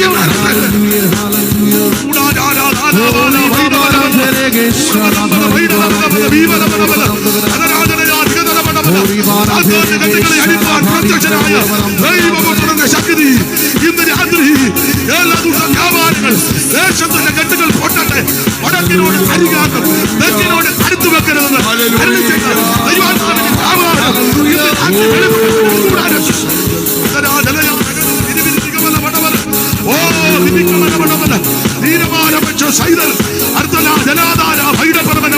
ഇന്ന് രാത്രി അന്ധകാരത്തിന്റെ കോട്ടകൾ അഴിഞ്ഞു മാറട്ടെ.